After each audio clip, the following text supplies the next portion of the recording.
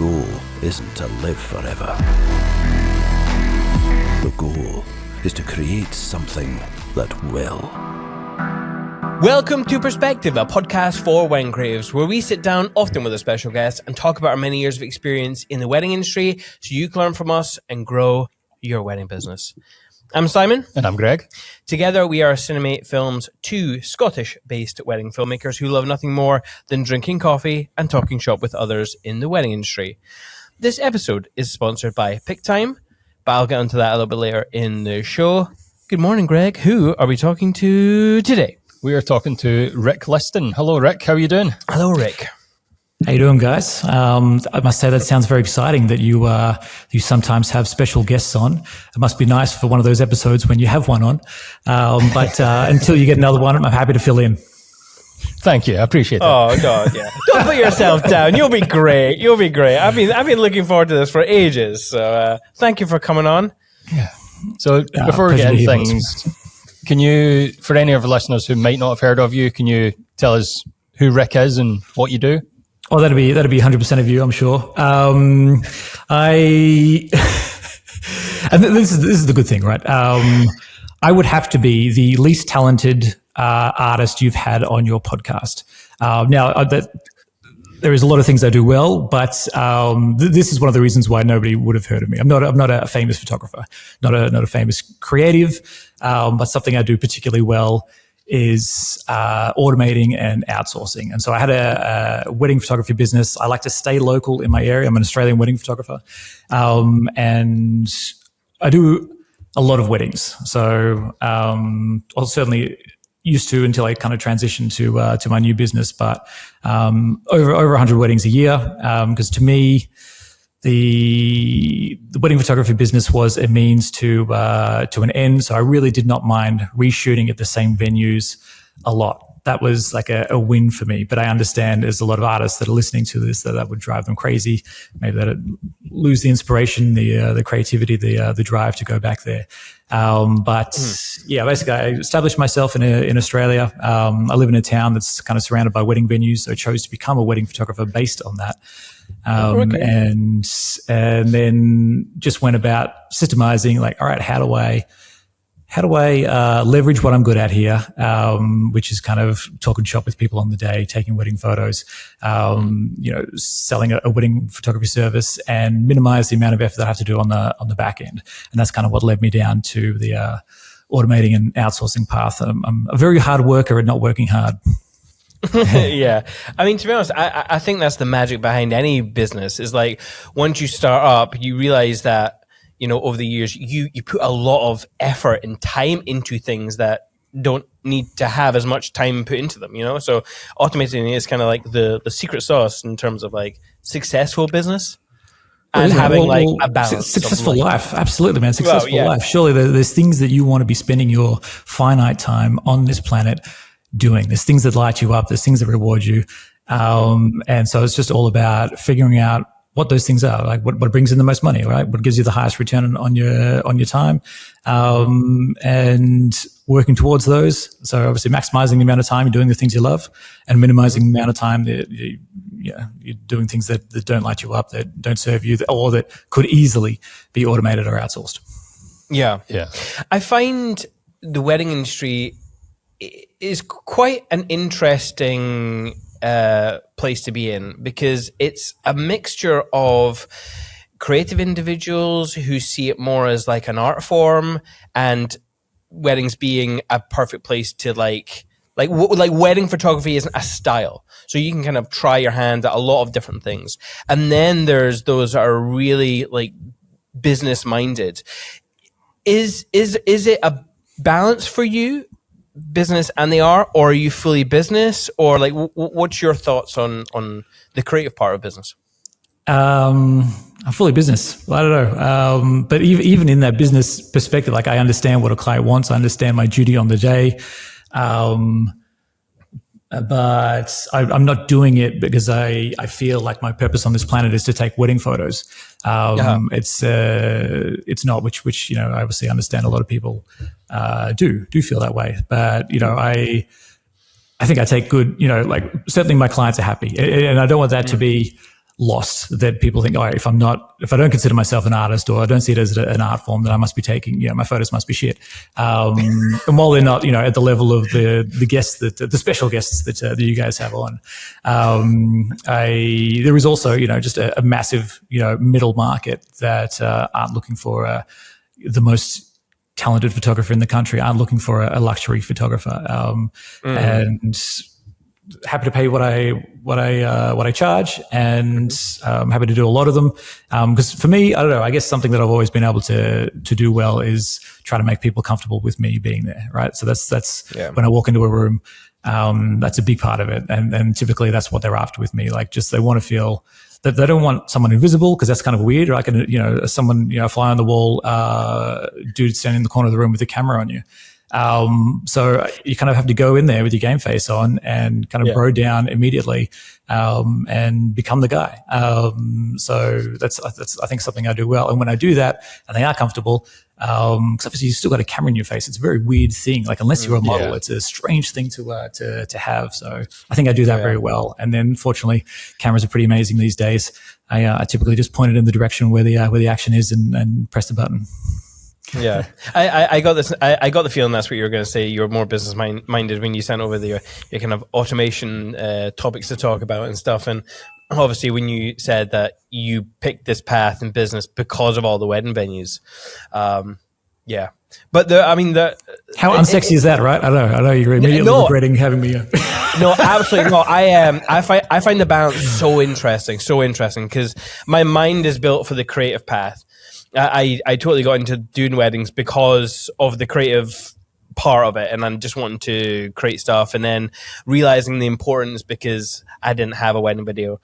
But then over time, realizing that, like, we were fully booked, but I had no life was a painful, like, that was the first point where I was just like, this might break me. And that was like a few years in.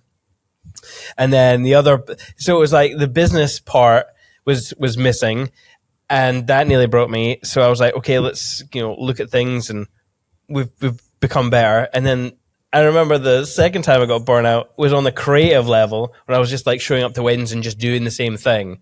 And I was just in every maybe 5 years I go through this little flip where things aren't quite good enough here, or I've let things slip, and it's like going back between I've not focused on the creative enough, or I've not focused on the business enough. And that whole balance I find super interesting. But yeah, and I think we were speaking to Cole Roberts. He was the first person who was like business first. Yeah, a lot more business focused. Yeah, and ever since that talk, or I think where do we? It was the Way Up North roadie workshop thing, and his like just complete business, and I was like, wow, I've never viewed it like this before. So I really appreciate having people on like yourself to like give people that advice, because I think a lot of us out there are more creative. I don't want to as you say, like, a lot of people get into wedding photography more from the passion side of things, and it's like, I fell into the industry, suddenly I've got a business, and then they realize I'm good at taking photos, but I don't really know how to maximize this. And then the first thought is, okay, I'm too busy, I'll put my prices up. And they think that's being good at business. It's like, I'll just keep increasing prices. But then you've got the other levels of like automation and offloading stuff to other people. So yeah. But the good news is, man, because like you're in great company, right? That in my experience, that's most photographers that we deal with, and that's who you would want on your wedding day, right? You would want a photographer or a videographer who's passionate about it. That's their art form. Wants to create a piece of art with you.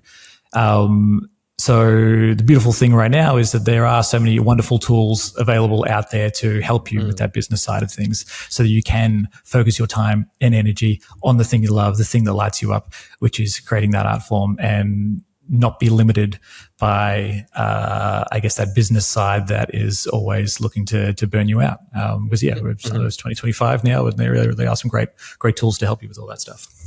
Yeah. Well, tell us a bit more about the new business that you sort of mentioned there. Like, what is it, and what is it provides to people?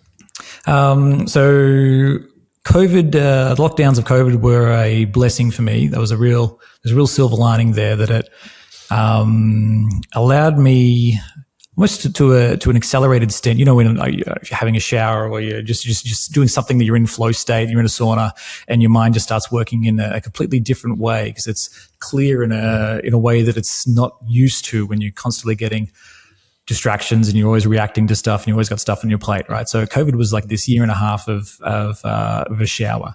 And it also forced me to look at my business in a way like, okay, I'm incredibly vulnerable here, right? Like, so my income is tied to my physical ability to go out and shoot weddings. So I might be one back injury away from not being able to do this anymore. I mean, I just had to look at what was happening in the world right then. And, a virus is out and now I can't earn an income. So how do I protect myself, my family, my future from doing that? So what am I sitting on here that I guess doesn't tie, my income to my physical ability to shoot weddings? And that was, I guess, the business system that I'd created, the way that I'd automated, and the way that I worked with my virtual assistant. And so I'd spoken about it, obviously, to over the course of a couple of years to other people, and people were always kind of shocked at how much I was able to do. People in the wedding industry were shocked at like my turnaround time, just the amount of stuff that I was able to put out, the amount of exposure, which kind of made me, how to say, unbeatable. Like certainly you could not ignore me in my area just because every wedding I shot, those photos ended up everywhere. So if you went to Google, if you went to Instagram, if you went to the vendor pages, if you spoke about me, it was all Rick. So obviously people start to notice, and they're like, dude, we've all got 24 hours in a day. How is this possible? And I realized that, what I'd built was also entirely replicable, right? Wedding businesses are pretty similar the world over. We have similar pain points, similar headaches. Our clients want similar things, similar timelines, similar deliverables. And so the first thing I looked at was just the workflow that I'd built, the client journey, right? This automated client journey, that tries to build rapport on autopilot, which I know sounds oxymoronic, but build rapport on autopilot. It tries to create raving fans. Like, so before you show up on the day, they're already enamored with the amount of information and help that you've given them.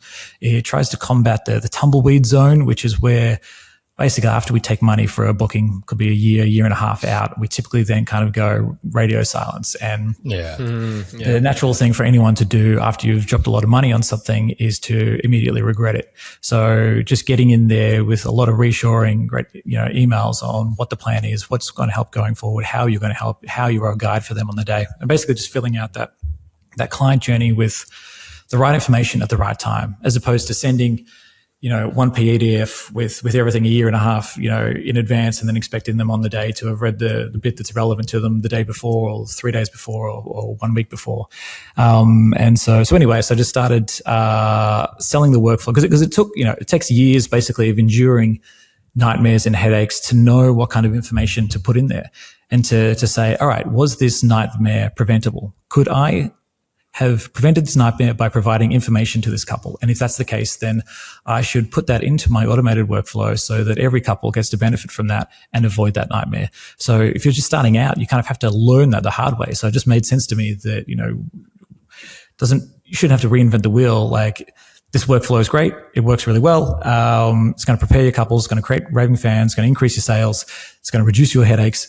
Why not then just install this directly into other people's CRMs? So that's the first thing I started doing. It's when I called myself Wedding Workflows. Super creative, right? I probably could have spoken to a single creative person about that one. We do workflows for weddings. Anyway, great for SEO though. Great for SEO. I just don't let anyone searching it. And then, so after we started doing that, I also looked at just the fact that I'd been working with my virtual assistant and created, all these resource hub basically of our operating procedures, right? So the way that she helps me run my business, so that when I, get home from a wedding and I'm looking at that post-wedding process, that day after, I want to send out some previews, but I don't want to spend my whole next day after just shooting a wedding making slideshows, making blogs, sending it out to all the different people, making carousels, Instagram stories, all that jazz. So it's just basically the operating procedures of the step-by-step instructions of how I like to get my photos out to all the people who want to see it in all the different ways, in the ways that make it as shareable and easy to love as possible, because I want them to share it with their audiences as well. And so since we already had those operating procedures, like it's easy then to recruit more people, train them on how it is my virtual assistant ran my business. So we basically just started doing that, recruiting and training VAs for wedding photographers, wedding videographers, celebrants. We've got wedding publications, even remotely kind of outside the wedding industry now. Just because the good thing is it's kind of growing just from the people that are in there, are happy to talk about how it is they're able to now leverage their time better. Because like you've got as a videographer or photographer, you can go out there and earn $600,000 or $700 or up to $1,000 an hour, right? Like, I don't know what you guys charge, probably shitload, but that is an amazing thing. So you do not want to limit your opportunity to be earning, these hundreds of dollars an hour because you're too busy performing tasks that a virtual assistant could be doing for you for under $10 an hour. That never made sense to me. So it's just trying to remove those barriers that would make a wedding professional go, I don't want to try it. I don't want to use a VA because, it's hard. Where will I find them? How do I train them? I don't have the time, yada, yada. Which are all, sorry, I shouldn't have said yada, yada, because those are all completely legitimate reasons to not start. But yeah, just trying to remove all those barriers as possible to have somebody start out with a VA. So that's our business now. We have a team of about 60 virtual assistants. They're all based in the Philippines. I had no idea how many on your team there were. This is incredible, grown, man. Yeah. Holy shit! I'm sure we'll be 100 by the end of the year. That's fucking incredible. Yeah. It's been the highlight of my professional career. That is for sure. Yeah, that's amazing. Weddingworkflows.com. Definitely, I know a lot of our listeners are probably driving to a wedding listening to this, but definitely go check it out because what incredible. I mean, I daren't say side hustle because this seems very well, I mean, that's certainly that's how it started. I don't know if you guys ever listened to that Clubhouse, that app where Clubhouse. Yeah, I remember Clubhouse. Where the hell did that go? Well, that was because I was just riffing ideas on Clubhouse, and Jonathan Suckling was on there, mate of mine Eric Ronald, and I was just riffing like my post wedding process and what my VA does for me, and then like, dude, can I have one of those? Like how do I get one? And then that's when I was like, okay, there might be something here. Yeah. Is there anything? So, funnily enough, Greg actually does some VA work on the side when he's not busy with our stuff. Is there any advice you could give him to help him on his way? So you're a virtual assistant. You're a VA for somebody else, are you? I help out a couple other photographers just in the evenings. I just do a bit of work for them. Yeah.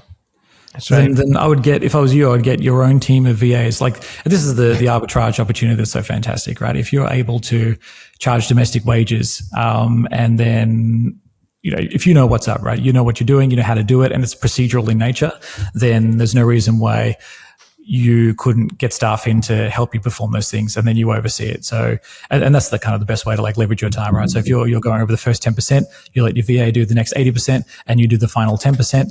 It's going to come out almost exactly as if you had done 100% of it, except now you're able to scale. Now you're able to multiply your income or just go out and enjoy the shit out of your life. Yeah. Oh, now you're selling it to me. Maybe I should be a part-time VA. Maybe. What in your photography business? So before starting Wedding Workflows, before taking on a VA, I'm assuming you were sort of slowly automating some stuff there and perfecting it. So what was the biggest change initially that you made to your business? Well, the first massive change for me was just getting a CRM. So no, I certainly didn't come into photography being some kind of automator. The only advantage I had was that my dad was an accountant. My sister and brother were both accountants. I did accounting.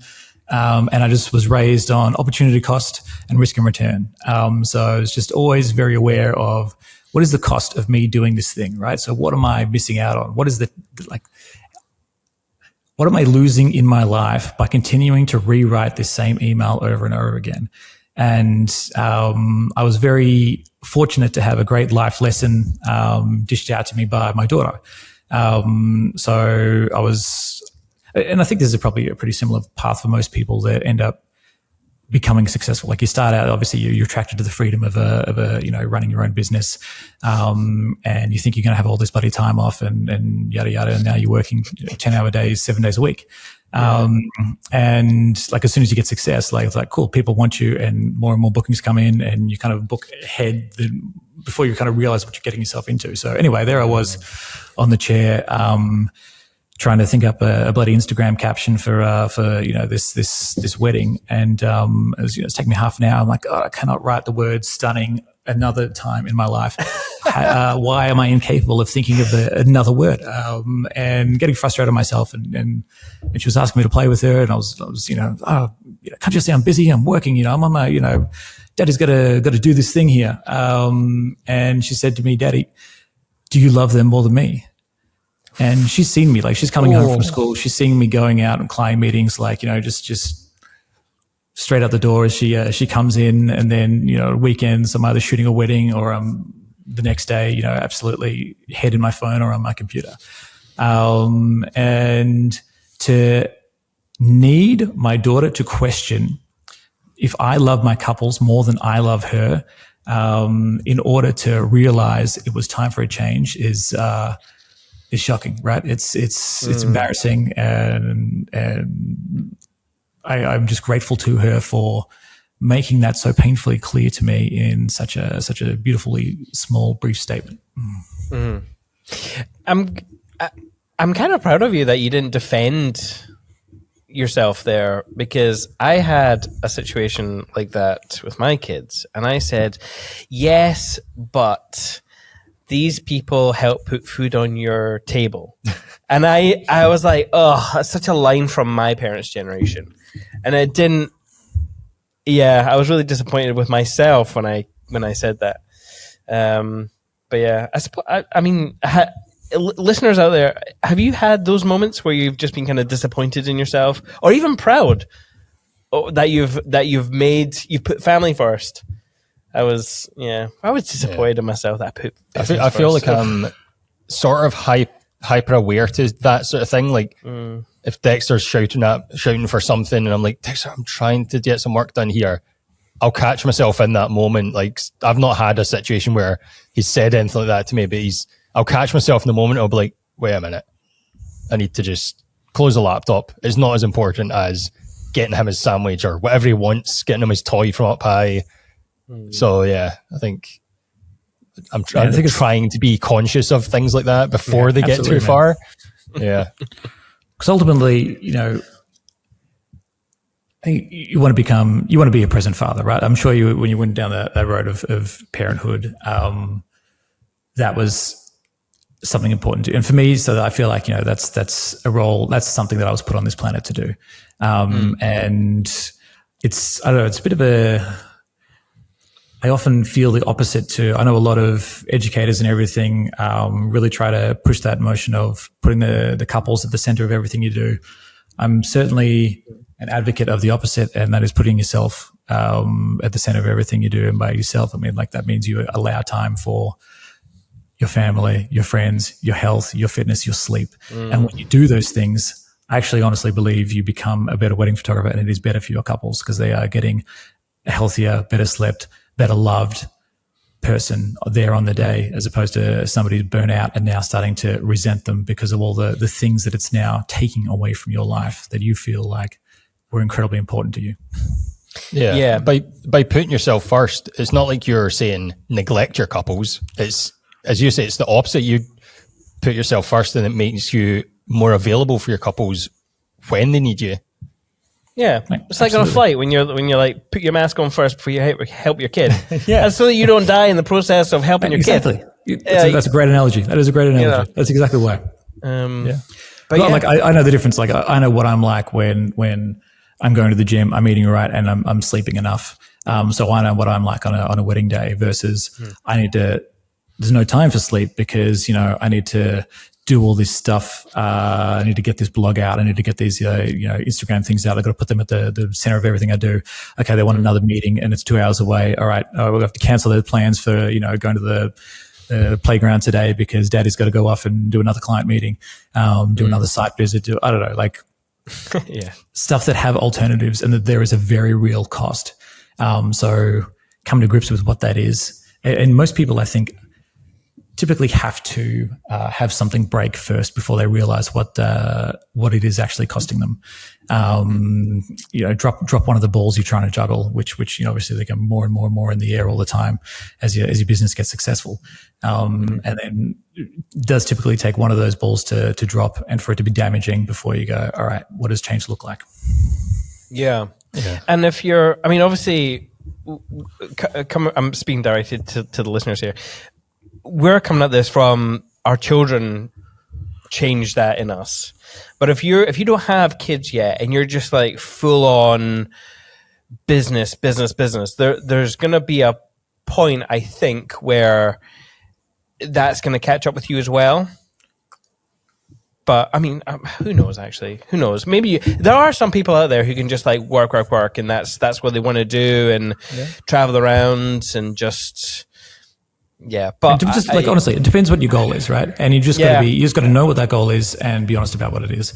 And so I find a way that really helps with that is obviously just starting with that crystal clear vision in your head about what you want your life to look like, and there's a few ways you can do it. You can imagine yourself, sitting down with yourself 3 years from now, and that version of yourself is telling you what their life is like, and just kind of letting whatever they say guide you as to how you want to live. Or you can kind of go all the way to the end, right? Put the end in mind. You're lying in the box. It's your funeral. Somebody's up there discussing, right, your legacy, right, the impact you had on other people's lives, the kind of quality of relationships you had, the way you led. Because at that point in time, you can forget about those vanity metrics, man. It's not about followers. It's not about where you were published, man. It's about who you are as a person, the way you made other people feel. So what do you want them to say? Do you want them to say, he was just always on his phone, always on his computer, never had time for me? Or do you want to say, like, they put my relationships first, man, and I always felt that.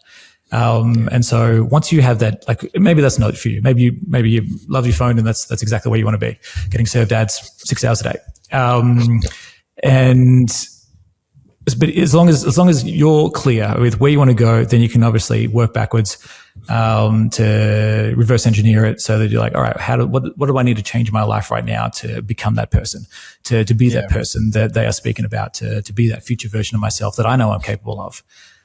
So is it waking up and just looking at my phone and scrolling through and pretending that I'm busy, or is it waking up and being proactive about, right, what's something I can do today that's really going to push the needle in my business? What's something I'm going to do today that's going to challenge me?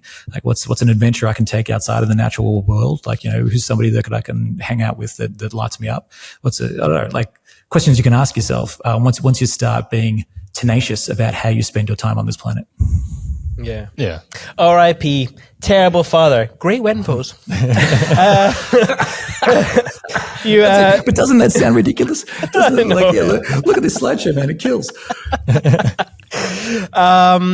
So you mentioned CRMs. What, like, because there's software and technology and like new things coming up everywhere. What? Don't you feel like there's CRMs being launched every day, mate? Like just yes, out the wazoo. It can be absolute just carnage. What has been your experience with CRMs and implementing them into your business? Obviously, you spoke about that a little bit, but like which CRMs have you used? Which worked out? Like what should be the things that people look out for in terms of a CRM? And then even going further, like are there any other automations that have pros and cons? Mate, it's a great question. And the good thing is there are so many options, right? And I am pretty confident in that no CRM is right for everybody. So it's going to come down to where you are in your business. So if you are just starting out, right, you've just picked up your camera, you don't have a website yet, don't know what you're doing, but you've decided that's what you want to do. I think a really good place to start is... Just remember who our sponsor was, but should I continue? But I think like Pixie Set has a great very elementary offering in terms of providing you with a world that's safe and easy and simple. So if you just picked up your camera and you're just starting out, because you've got website, galleries there, and a very elementary CRM. But as soon as you need to get to a stage where you're automating anything, in terms of like workflows, forget about it. But that's a good place to start if you're there. Now, if you're a bit more established but you're not massive on tech. You don't have a team. It also changes depending on which region you are. So I will say, if you are not in the United States or Canada, I think Studio Ninja and 17 Hats are very good options in terms of what they deliver. I think they're incredibly great value for money in terms of the automations that they deliver, how easy they are to use. I think Studio Ninja is easier to use. So if you're someone who's like, all right, this all looks a bit scary, it's a really, really great option. If you're someone that prefers a bit stronger automations but doesn't mind what you're losing out in terms of, I guess, sex appeal, aesthetics, then 17 Hats is great. But I really think that's a good platform. They've got a great marketplace there as well for buying templates. If you're looking for something to handle your email marketing as well, that might not be something you've considered before. But if you're like, hey, I want my CRM to have my email marketing and galleries and a print lab, and you can get your head around a bit of a less obvious way of doing things, which then Sprout Studio I think is a great option. If you have a team of photographers, you probably already got this sorted, and you want the maximum, the best kind of automations available. Tave, it's going to blow your mind in terms of trying to figure out how to use it, but I think it's the most powerful option out there. And then if your prime concern is aesthetics on the client side, then I think Dubsado and Honeybook, particularly if you're in the States and Canada, are great options. But stuff to think about is, how does this handle my tax? So I'm an Australian, and when I use non-Australian or CRMs that don't consider international tax brackets, they're unusable. It's crazy. So yes, that would be my breakdown, depending on what you're after in a CRM.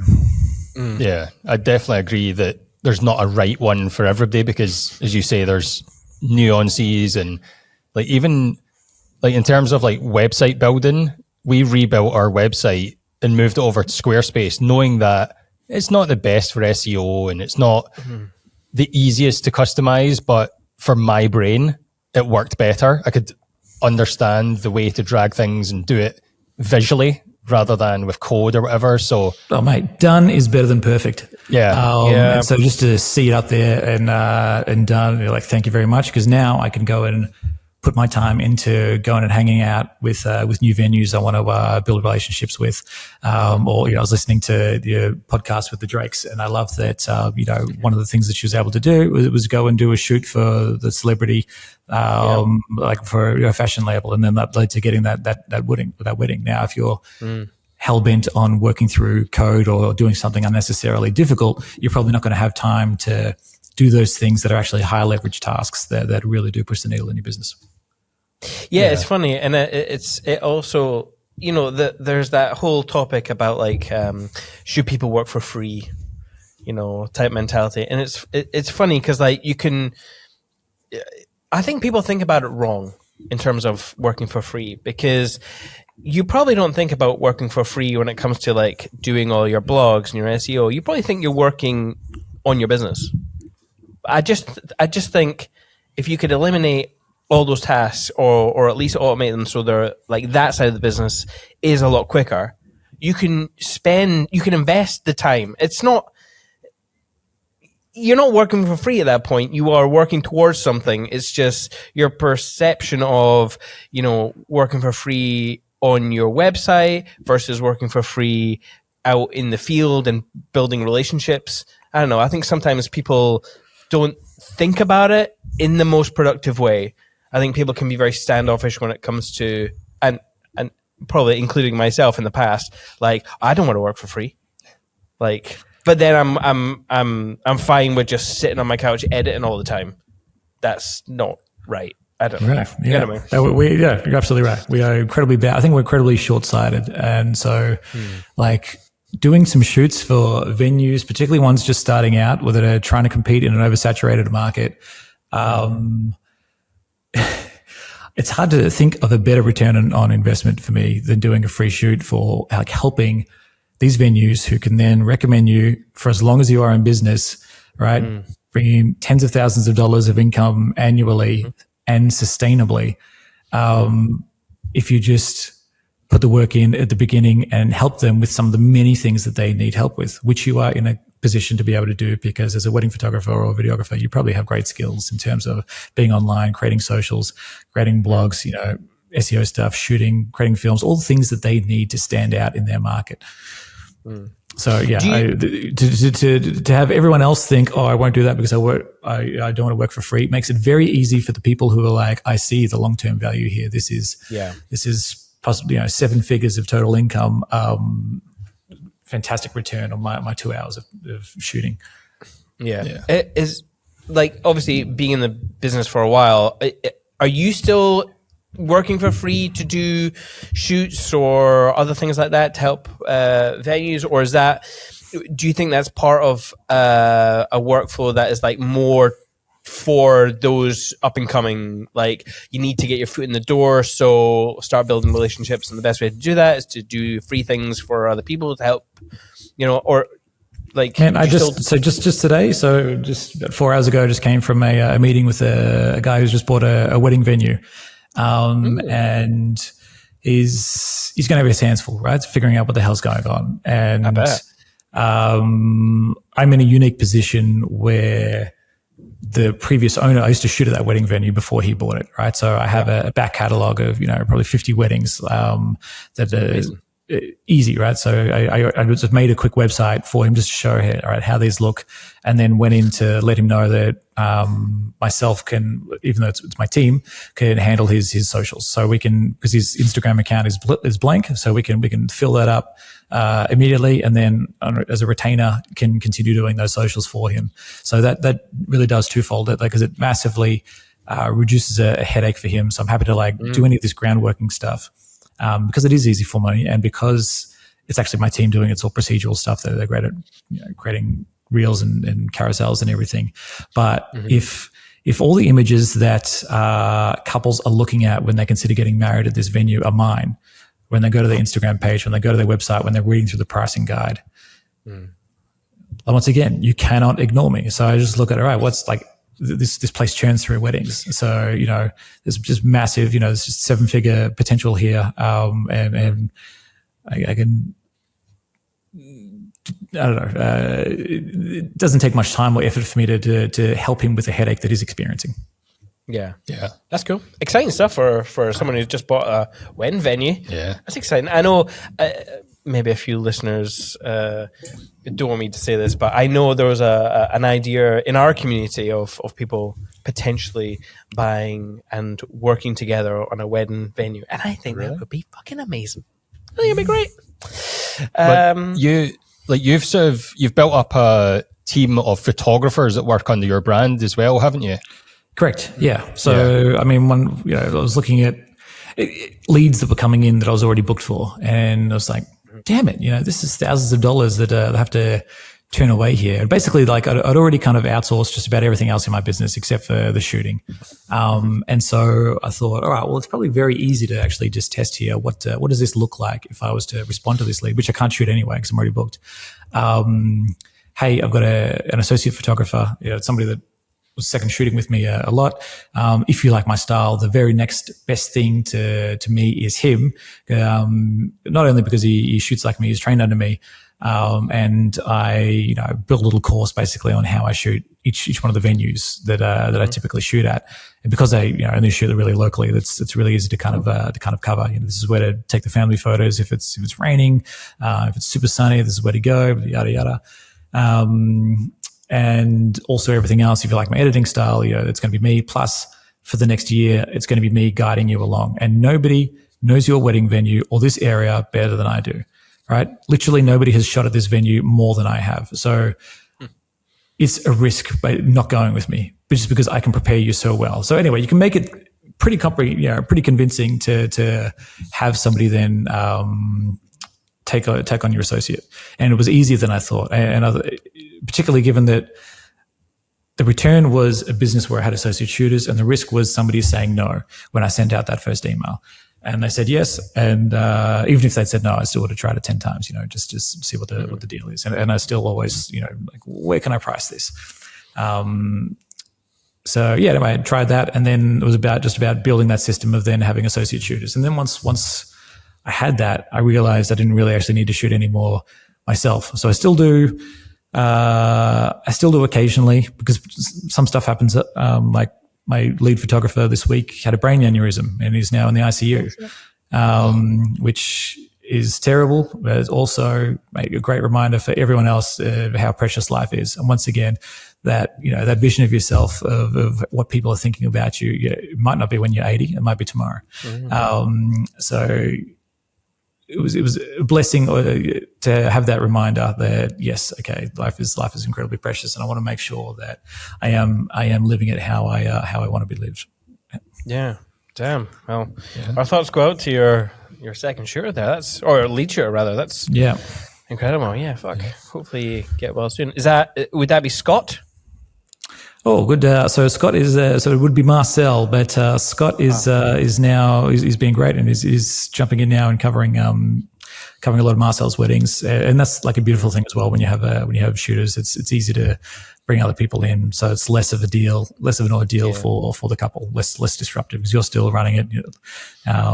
It's still getting the same. I don't know. Everything they've built with you so far is still the same. Yeah. You've got quite a lot of guys on your team. 1, 2, 3, 4, 5, 6. 6 in total, is that right? And not a single female, right? And believe me, I want them. I don't know what the deal. I only think it's because females seem to be doing so incredibly well. I don't know, like, and it's just the guys that are looking for the associate, photography gigs. That's right. Women don't need us anymore. That's fine, mate. They don't. Yeah, mate. Good on you. Yeah. So it was quite like a organic development of starting the team. It wasn't sort of a hard business decision or anything. It was just, let's try this out and see how it goes. Yeah, man. What's the risk? What's the return? And like I said, like once you're in a position where, like, typically you either get more leads than you need, or you need more leads. And so I was in a position where I had more leads than I need, and I know it's probably controversial, but I was selling. I sell my leads, right? So if I've built a business where I have, or I'm constantly getting leads, that's actually taken a lot of time and effort on my part. So, and that lead is worth thousands of dollars. So if I was in a position where I'm starting out, the fastest way for me to want to start getting leads is to just offer to buy them off somebody who's getting them, so I need more leads. This person has more leads than they need. Great. I'm happy to pay you a commission for any recommendation, as long as you're actually comfortable recommending me. And so I'm very comfortable with that relationship, because that makes a lot of sense to me. I know the effort that went into it, and I've never been, I know a lot of people will say, like, I'm in a community, we'll share leads, and that's great if you have that. I never found myself in a position where the rate of which I was referring weddings was coming back to me anywhere near the rate that I was sending them out. So I just felt like I'm leaving money on the table here, and have gone to a lot of effort to actually get these leads in the first place. But like I said, I know it's a controversial thing that I'm sure a lot of people would be mad about, but yeah, if you want to get more leads quickly, just try writing to somebody who has more than they need, and offering to pay them if they convert. Because for them, that's the easiest money that they're going to make in their business, right? It's like, here's an email template recommending this person, gets booked, money's in the account. Yeah. I know a few. I'm thinking of a few voices in our community who are. I don't want to say avidly against that. Yeah, for sure. I mean, don't worry. And be devil's advocate. Stand for them. Preach for them. Say what you would say. Like, I've got thick skin and I've heard it all before.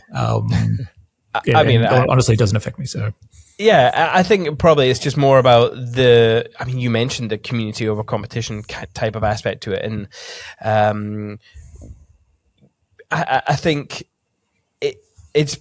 If I'm trying to, all right, I'm going to avoid speaking on their behalf or having their voice in my head, but I would probably say, would that not be putting a price tag over the couple?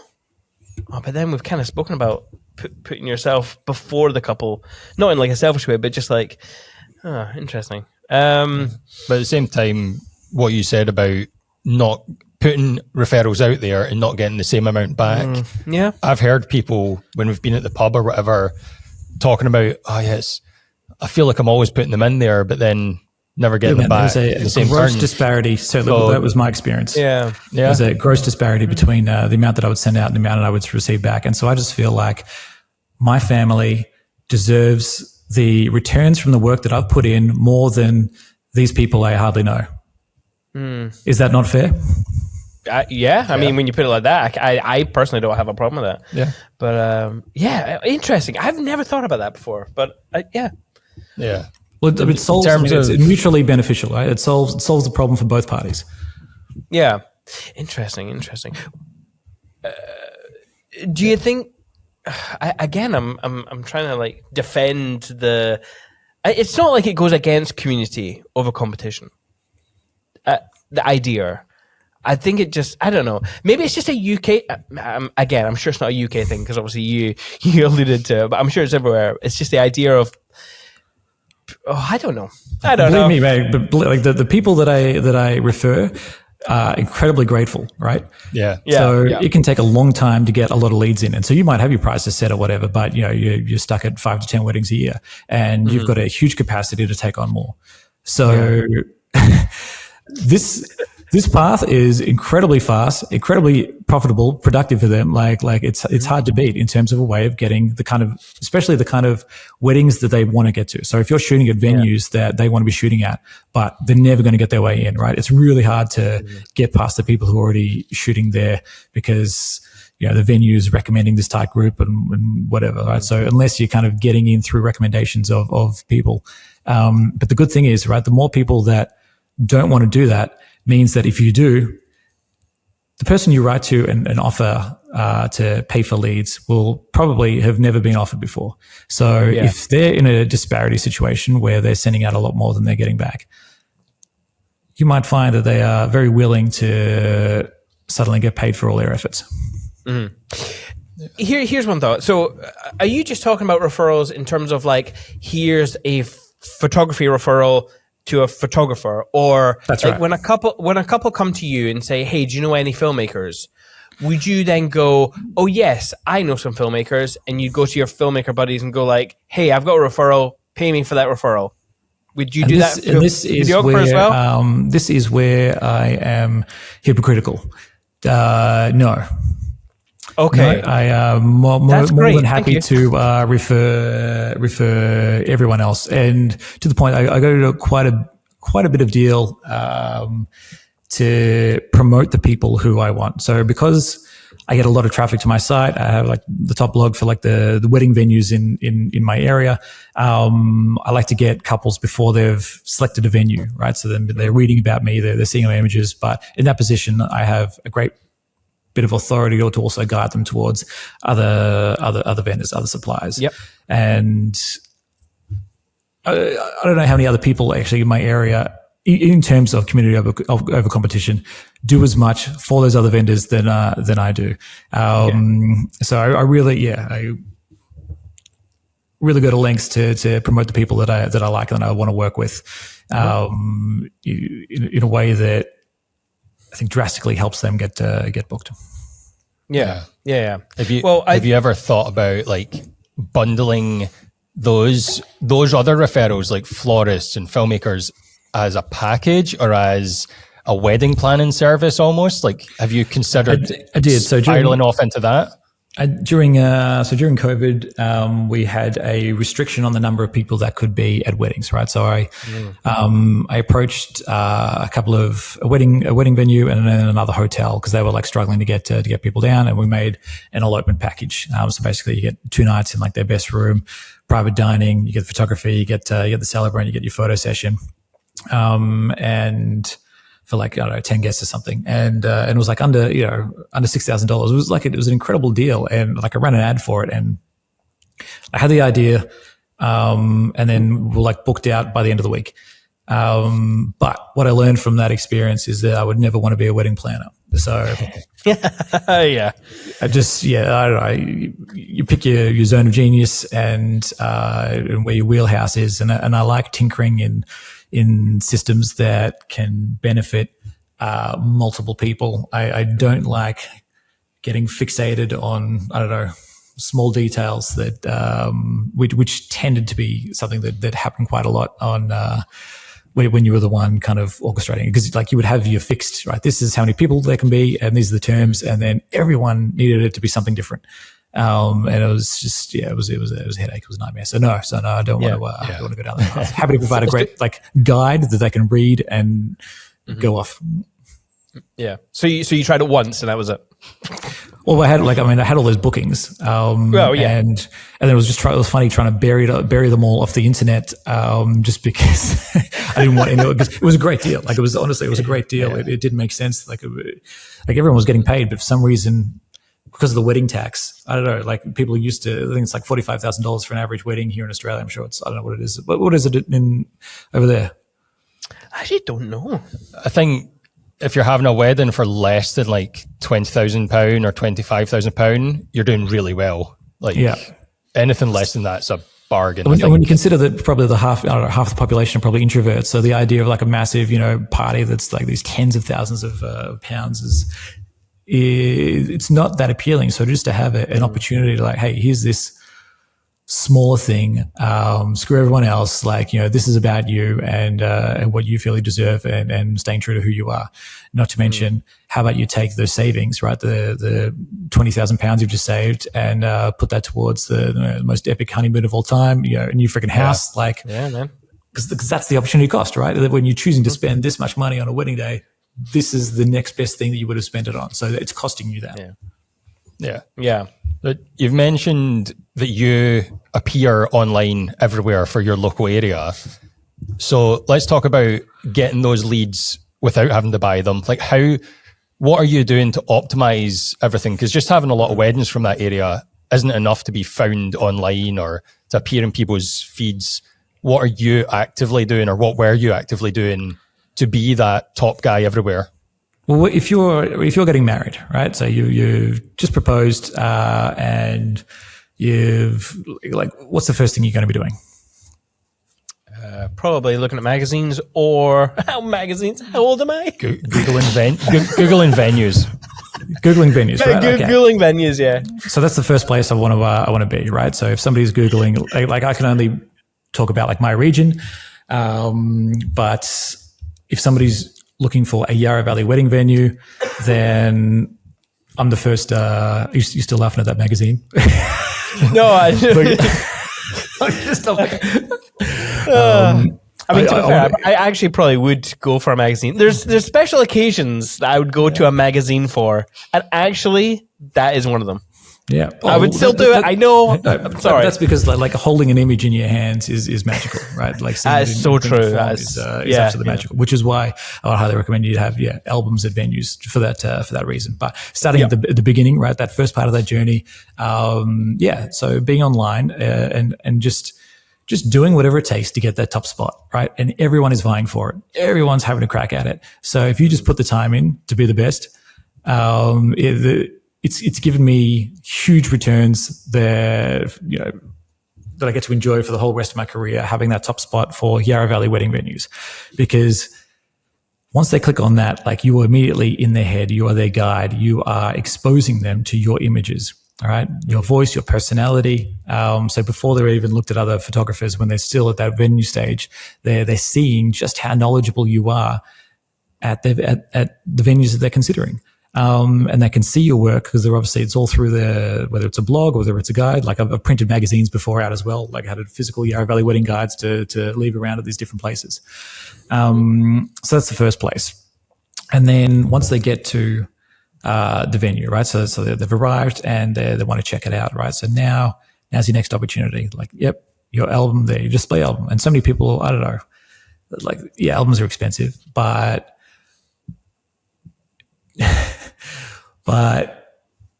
getting couples booking you continually, like for one album can obviously last years. So how much money do you make from a wedding? Like I'm guessing it's just a fraction of one wedding you would need to pay for that album, and then the rest is all on top.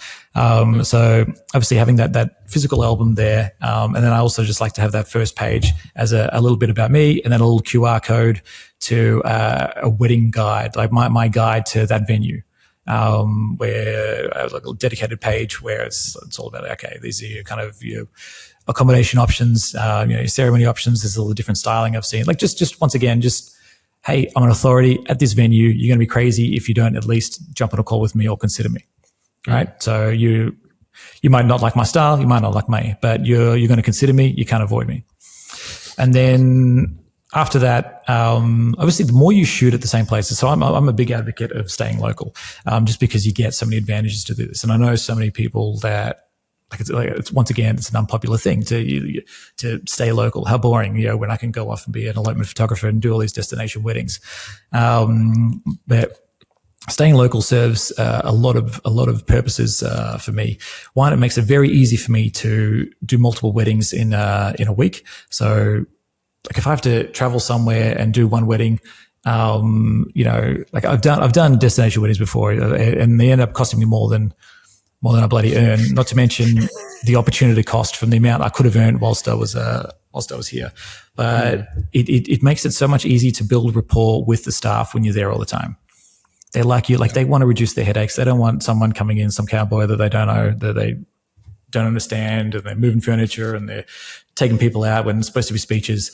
So when you are there regularly and you know how things work and you help them in their job, you help them run the wedding day easier, they want you to be there. So if they are on those tours recommending you as a photographer, this is prime. This is where you want to get to. And you only need a handful of venues to be doing this. And then you've got sustainable leads for the rest of your career. All right. So you think about all the collective time you might have to put into doing, I don't know, socials, anything else to try to get leads. Like if you just did this, right? If you just got these venues recommending you, that would be enough. And so after they've seen your work on the guides, they've walked into the venues, they're looking at your album, the staff are recommending you. Now they're going home. They want to look at galleries. Like, what does it look like to have a wedding at this venue? Now, once again, when you're shooting a lot of the same places, it means you have a lot of weddings to post. So I blog every wedding. Like I have a questionnaire to the couple to make sure that they're fine with that. But I blog every wedding to make sure that they are showing up in those Google searches, Google images searches.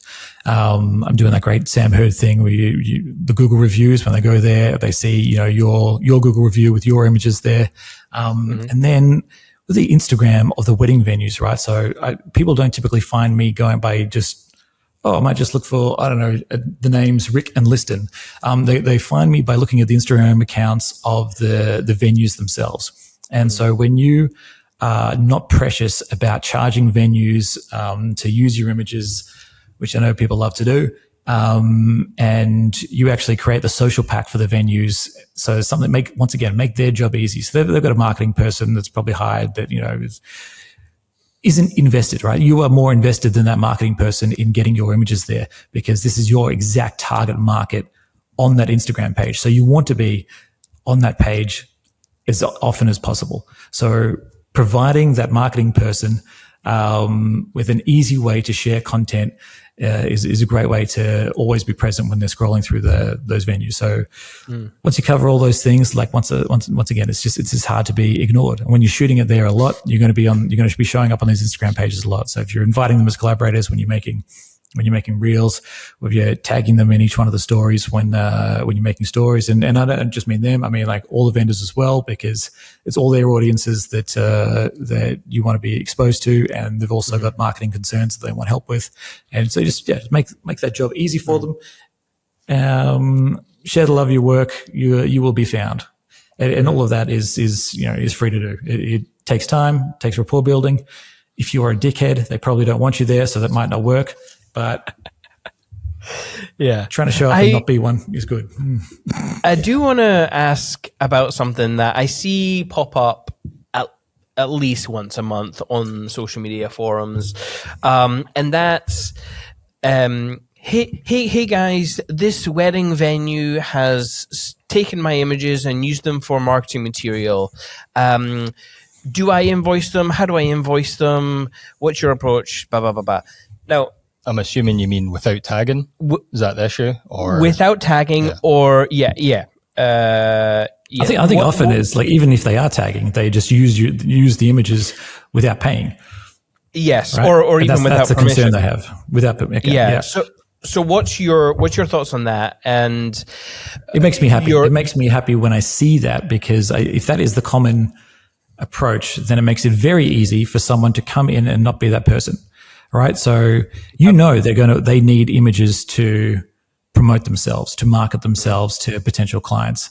So rather than like, I don't know, they got the link from the couple and now they're using my images, proactively reaching out to them, letting them know what it is you loved about working with them, and then here's the proactively sharing the link to the gallery, and then also, like as I mentioned, like a social pack, like something that's easy. So they're like taking the images and putting them in a great way, shareable way, nice design, has the couple's names, etc. Perhaps even, something about the couples, the vendor, the Instagram links are already there so they can easily share it, like just removing those pain points, making their job easy. Imagine the relief you would feel as either a venue owner or the marketer for a venue owner when somebody does that and you've got all these other photographers saying, I didn't give you permission, here's the invoice for using my images. Like, who are you going to want at your next wedding? And so the long term, right? How much are you earning per wedding? How many weddings are they doing a year? What percentage of that action could you take? And how long could that be sustained if you just keep doing those things? Like, how much of your time does it take? So for me, it's like, that's a great VA task. Once I finish the previews, they're putting together that collateral, they're making the carousel, they're making the stories, they're sending it out to all the vendors. So and it's unbelievable how much I hear from those vendors. Oh my God, thank you so much. It is usually a nightmare getting these images back. And so that's great news for me, because it just makes it that much easier to stand out. If everyone was doing it, it would be harder. So I love to see those posts. So I feel that most photographers I feel like most photographers I know are actively sending them to other suppliers, and they see the benefit in that. But that brings me on to, and you've held off self-promoting there, because when researching for this podcast, I stumbled across your vendor app that, I can't remember what it's called, the vendor details app. Yeah. It seems incredible, because that's one of my jobs in our business, is to gather all the email addresses, websites, and social medias for our suppliers, and so that I can then send them the film. And I'm like, that's such a tedious job for me. Seriously, it's tedious and slow. As you're going through that every time. So imagine what it's like for your couples, right? So it's a freaking headache. And basically either they're hating doing it, you're hating doing it, or it doesn't get done. That's typically the three things that will happen. Like, it's such a drain on your precious life to sit there searching for, especially when it's the same freaking email addresses and Instagram handles and websites. And you're like, I just did this.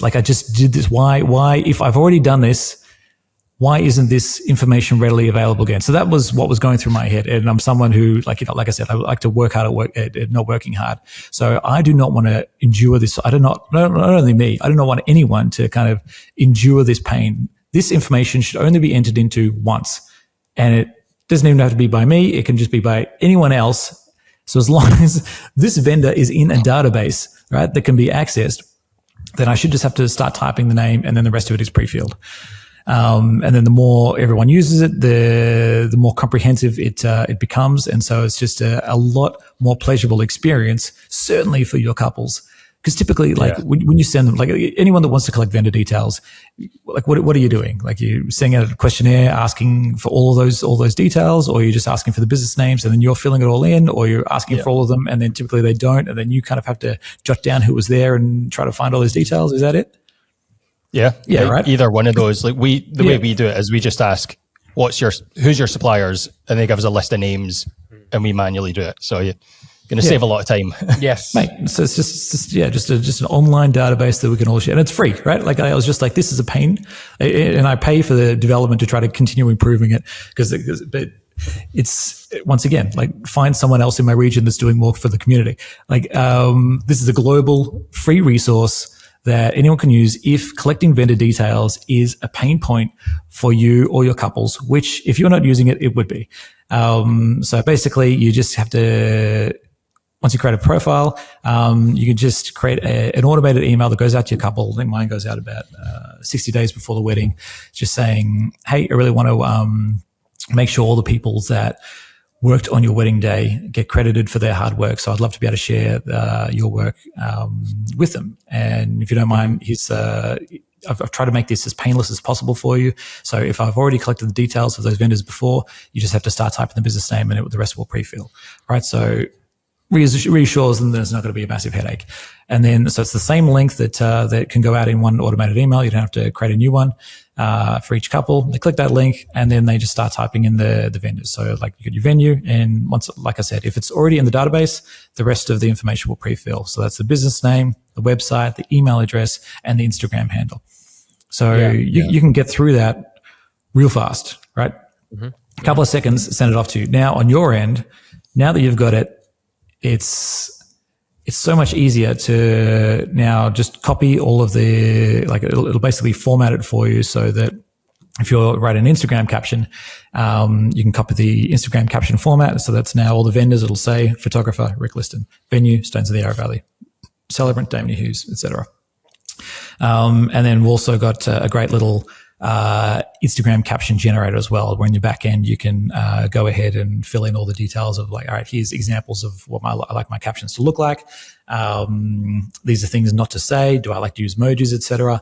And then you can also drop an image from the wedding into that little image drop there. So it'll give you a great caption based on how you like to write captions, and include the tags and reference like the photo, because it's also got the couple's names and the venue there, so it can reference those details as well.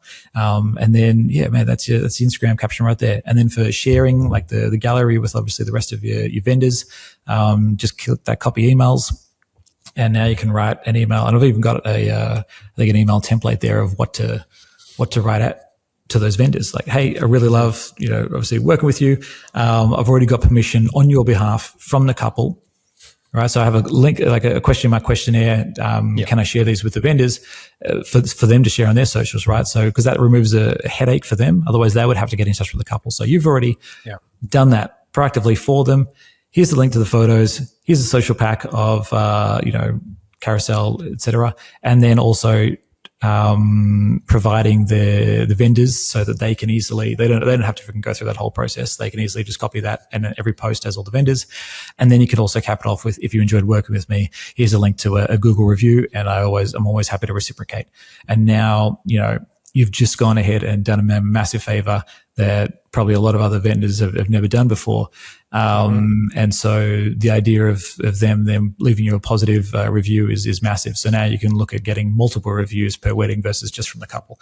And particularly with the offer to reciprocate is an easy win. So Ben, I don't know, a lot packed in there, but just an example of a problem that I saw existed that didn't seem to be a solution for, that didn't make sense to me. Just remind our listeners what the name of this software is and the location, so people can actually find it again. Yeah, or if you just go to vendordetails.com, you'll see it.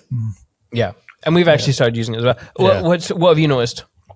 Well, I've only been using it for like a week or two, and it's end of season here, so I'm not at the stage where I'm sending it to couples yet, but I've went in and manually filled some in so that I'm populating it with some of our usual suppliers. Yeah. But going forward, I've implemented it into the workflow so that a month or so before the wedding, the couple will get that link, and that's where they'll now provide us with the suppliers. Yeah. So we'll do that.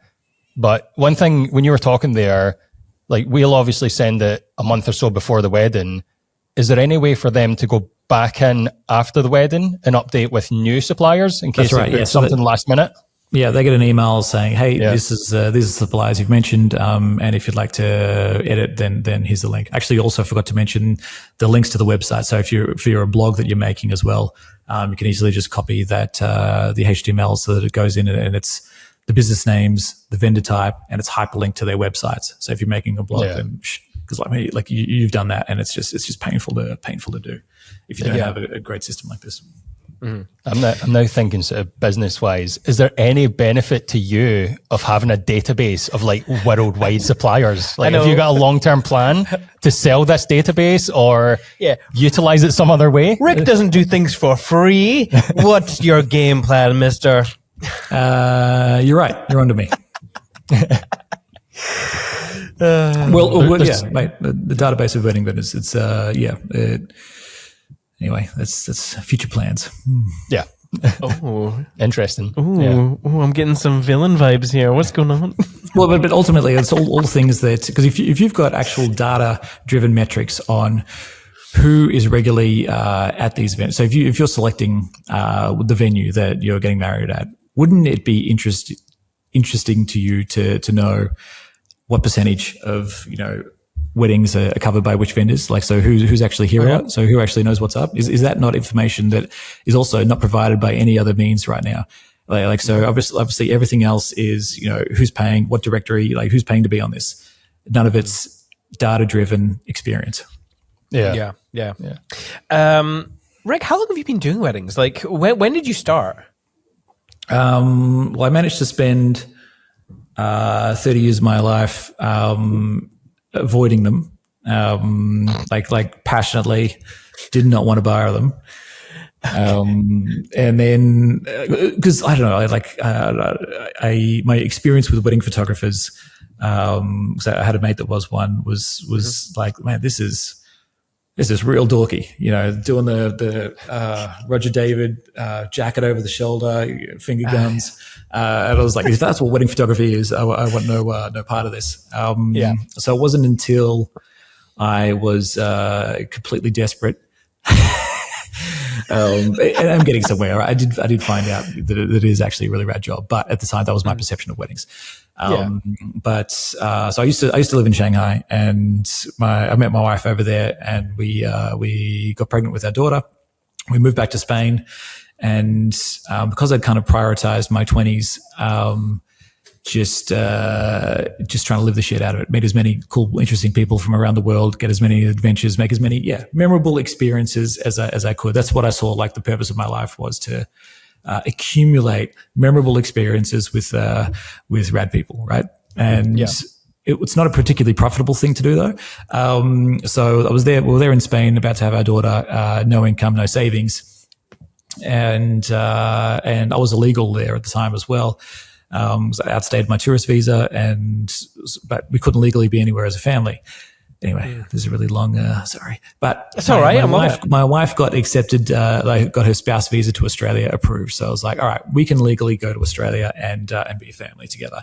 If that is the case, I am going to make sure that wherever I apply myself to is going to work. So the beautiful part about being desperate like that is that you will not fail, right? You will not allow yourself to fail. And so in this tiny little apartment we had in Ibiza, I sat down there, and that's when I started making that first wedding venue blog, because I knew I was going to outperform anyone. Like letting these my wife and my daughter down wasn't an option for me. And so being in that point of desperation was certainly an incredible driving force. And so I thought, cool, if we move back to Hillsville, it's the town I come from, there's a lot of wedding venues. I reckon I can be a wedding photographer.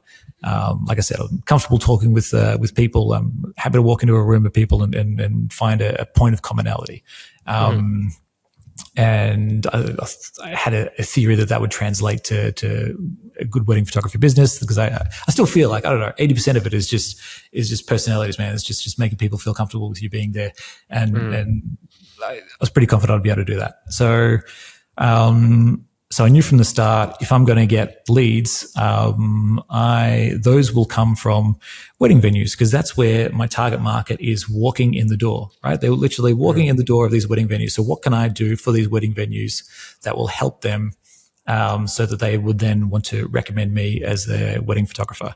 And that's when I built that top 10 list. And the cheeky thing I did there was that I saw that there was 2 venues that were just starting out, and they didn't deserve to be in that list. But it was a bit like, I don't know if you ever saw, well, of course you did, The Wolf of Wall Street. It's a fantastic movie. And the system there is that he would sell like these renowned stocks, right? Like, these blue chip stocks. And then he would slip in a couple of these penny stocks where he actually makes these massive commissions. And so in this list of top 10 wedding venues, where you could see that these are the famous ones, 8 of the 10 of these famous ones, I've got these 2 little guys in there that are just starting out and had no business being there. But these 2 venues were where I got all my leads from at the beginning. They were absolutely blown away because they started getting leads from this blog immediately. And so they were incredibly grateful, always have been. We're still friends to this day. See them abroad, like we're great mates, because you'll remember who it was that supported you when you first started out. And they hadn't even heard from me, man. I wasn't asking anything from them at this stage. So just to have somebody come in and do something for them, that like they've just, taken out a massive loan to take on this wedding venue. They're stressed. They're like, how do you do this? So anyway, we as wedding photographers, we have a lot of skills that can help them. And that was my beginnings. Because I actually found it difficult finding, there was kind of like, the wedding photographer. I thought it would be a better community of wedding photographers in my area, but I found a fair bit of resistance to me coming in. And even when I first started getting leads and trying to, I tried sending them out, I was getting 0 back.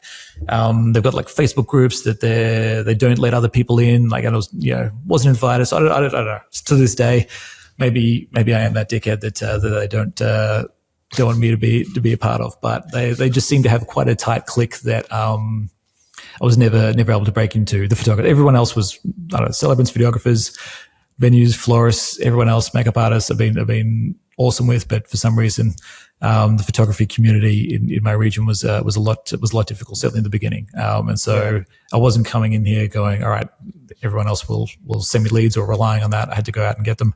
But yeah, that path with the venues made the most sense to me, because at the end of the day, I wasn't doing this to create art. I was doing this to create a business and a future for my family. And that was the most direct path that I could see to do it. Yeah.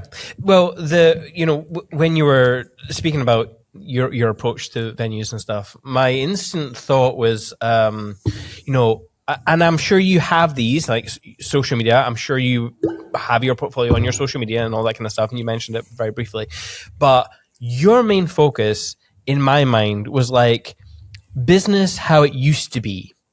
And I know that maybe that doesn't make sense to people, but when we started out, we were learning from this American cinematographer. His name was Joe Simon, who doesn't do weddings anymore, but his advice was go out, meet people face to face, ask them, like buy them a coffee, talk to them, build actual rapport with people. And I can't. Did we actually do that? We did do that. It was so long ago. I can't. You can't even remember. Loved it. Did we do it? Yeah. I'm sure we did, but it's been more and more that people have been coming off of social media a little bit more and going to wedding fairs and putting in the face-to-face time with their clients or with their venues. And I don't know if it's just because social media is so saturated with content and people and things that it's now kind of shifting back to the what I call the older way of business, which is like that face to face.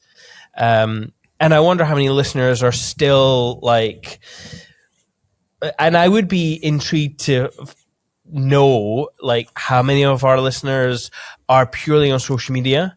Mm-hmm. And how many are removing themselves and doing the wedding fairs again? Or how many actually have an album in a venue? An album like in a venue. Something that I think a lot of photographers don't put their effort in and do this nowadays. Yeah, agreed. What could we have as video people, Greg? What could we leave behind at wedding venues? You got those automated open books.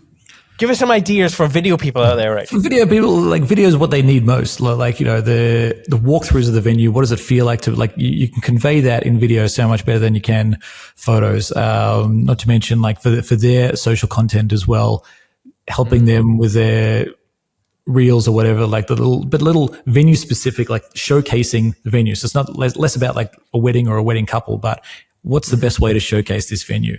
What is it, their unique selling points? So going in there and targeting that, getting back in the kitchen, their food, like that kind of stuff, that where they feel proud, then showing that to the world that they've got someone that's interested in what they're doing and their way of doing it. And for sure, as soon as you get them start talking about what it is you love about your venue, or what do you feel like hasn't been showcased enough, you know, in the weddings or the photos and videos you've seen, that we can really come on and I bet the sunrises here must be, you know, incredible. What if I, you know, came and filmed some of that? So, like, you know, like if you open a web page and you see starting out, you know, a beautiful freaking aerial shot, pullback shot of a property, like you get a sense of it that, like, it's incredibly easy to see what a day at this venue would look like with a great video better than you can with photos. So, yeah, mate, just going in and offer those services. Like, they want walkthrough videos. They want people to be able to feel what it's like being there, to get basically the tour, which you're not typically getting in a wedding video. So, like, this is the space. These are our, you know, wet weather options. These are our, you know, dry weather options. This is typically where you guys will be getting ready. So this is the bridal suite. This is coming back in the kitchen. This you know, this is the look of the food. And so now you've got your video going out to all of the, like, they're going to be sending that to all of their prospective couples, which is exactly your target market. Yeah, they're getting exposed to your video, and not to mention, like, you've just done this wedding venue a massive favor. They love you, right? They want you there, and the beauty. Sorry, I know you're like, I gotta go for it. But when you get to spend a couple of hours there filming on a non-wedding day, like, that is great rapport building opportunity, right? You get to work on that relationship. You find out, like, hey guys, you know, do you have kids? You know, what do you love doing? Like you're finding those points of commonality. And so typically, like, a videographer or a photographer will not get that much time. Certainly not with an owner who's going to be out there running around all day. So on a you know, a weekday when they're not busy, and you're going, man, even if you do like an interview of them, like, to, like, their backstory, like, that would be interesting, I think, to couples. But that's just great rapport building stuff. And as you mentioned, man, the difference between sitting face to face with someone and, you know, spending a couple of hours with them versus seeing them online or, you know, in a 10-second video, like, it's worlds apart, man. So, like, yeah, unless you are a dickhead, that should be incredibly effective. Yeah.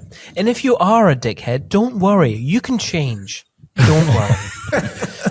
We're going to interrupt this podcast to bring you an advertisement for PickTime, our buddies at PickTime. We love PickTime. If you want to elevate your business, PickTime's maybe the way to do it. It's an online gallery delivery service. It's a really good looking one, which is initially how we got into the service. It just looks better than all the other kind of platforms that we personally use. Yeah, we've over time got to know the owners, got to know the people behind it. Lovely people, great support system there as well. There's just so many tools at your fingertips with PickTime, but the marketing and the blogs and the slideshow features. Yeah, there's so much more than just a gallery delivery service. You've got all those things that Simon was talking about. You can create your own blog from it. You can create slideshows. One new feature that I really love is the vendor network. It's where you can use AI to curate a gallery for a specific supplier. So you could use AI to gather all the photos of the flowers and send them to the florist, and they would have that gallery specific just for them. It's kind of a mind-blowing feature. Yeah. And we might as well be taking advantage of AI before the uprising and it starts taking advantage of us. So let's just all bear that in mind. Yeah, and not to mention the built-in store, and that way you can just make more money while also having a nice, aesthetically pretty gallery. Yeah.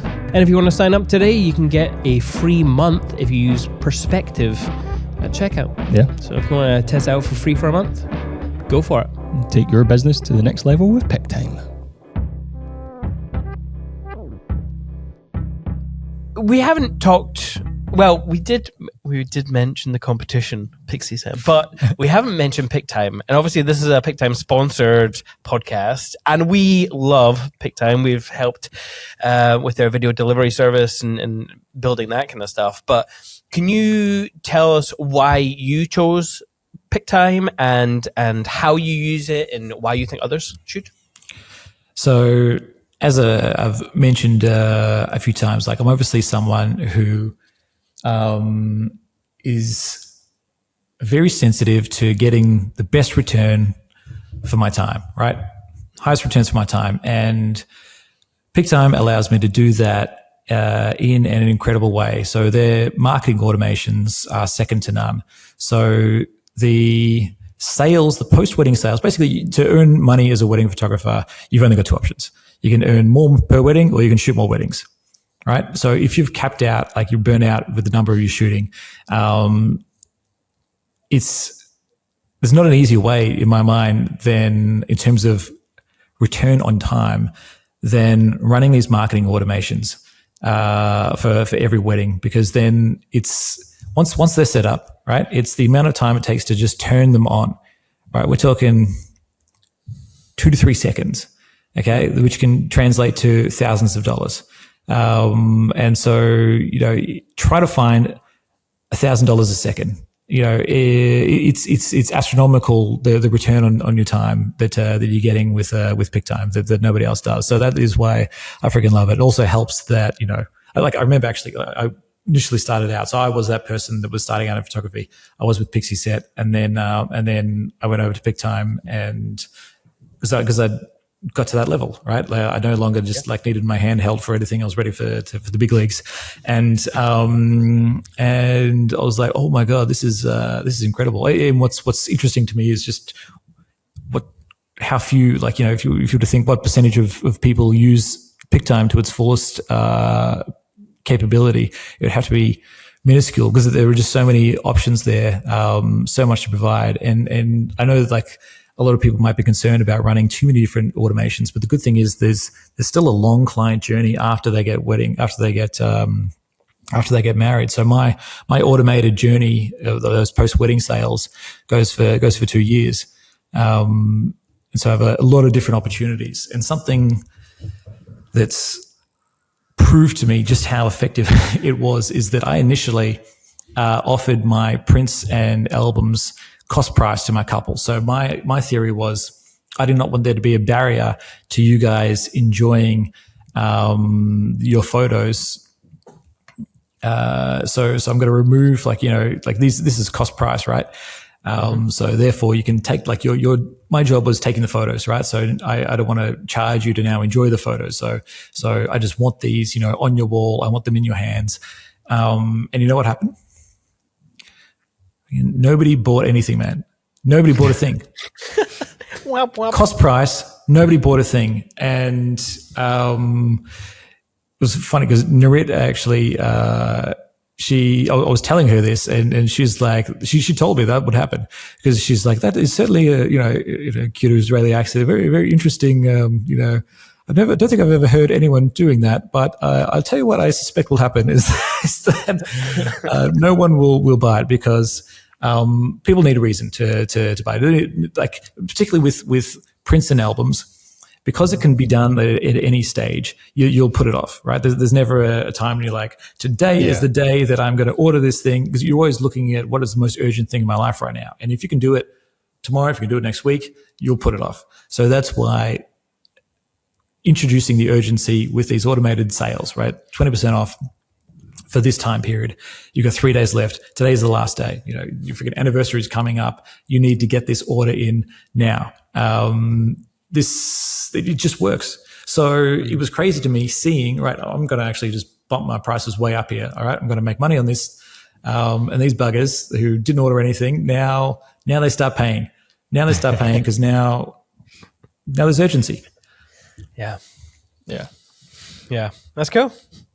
I mean, so Greg, obviously, so I edit all the films and create all the content. Greg usually delivers all the content that I edit.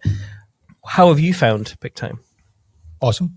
especially that's why we collaborated with them. I mean, I know, and they're a great bunch of people, and like as a team, like some of my favorite people work there. But you're right that a lot of people using PicTime aren't utilizing it to its full ability, because we speak to a lot of photographers and they're saying that they're not using some of the automations. I'm like, just why? It's easy, just turn it on and potentially get more money. Like, it's not costing you anymore. So yeah, it's strange. And like, even as filmmakers, we put still shots up there and people buy prints of those. We make sure and tell them, don't print these too big, because they're stills from a video. Yeah, they're only 4K. But people still buy them. So we are making money on those automations. And now there's the video feature. There's even more possibilities out there for videographers as well now.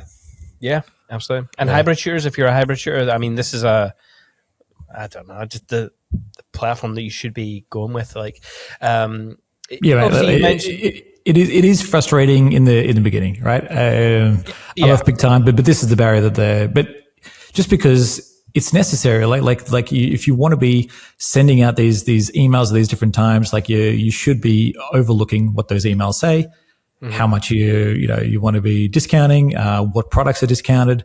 Do you want to be overlapping with an abandoned cart discount? Like, they're all necessary things. And the good thing is I 100% back them to make this process easier. I've seen what they're building in terms of trying to remove all the headaches as possible. Because like, to them, it makes perfect sense, right? They're looking at the system and like, hey, this is exactly how you would use it.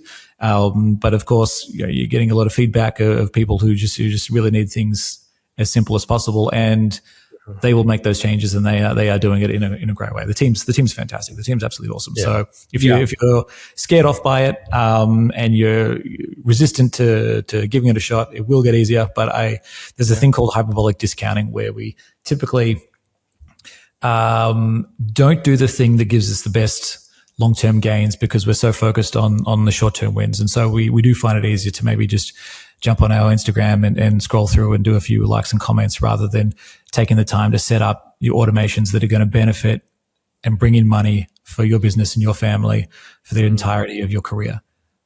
So I would just strongly recommend going through the great resources that they have, reaching out to the customer service, which is awesome, and setting up a few automations. Man, if you start with, I can't speak for videographers, but for photographers, like abandoned cart couldn't be easier. Turn that bad boy on.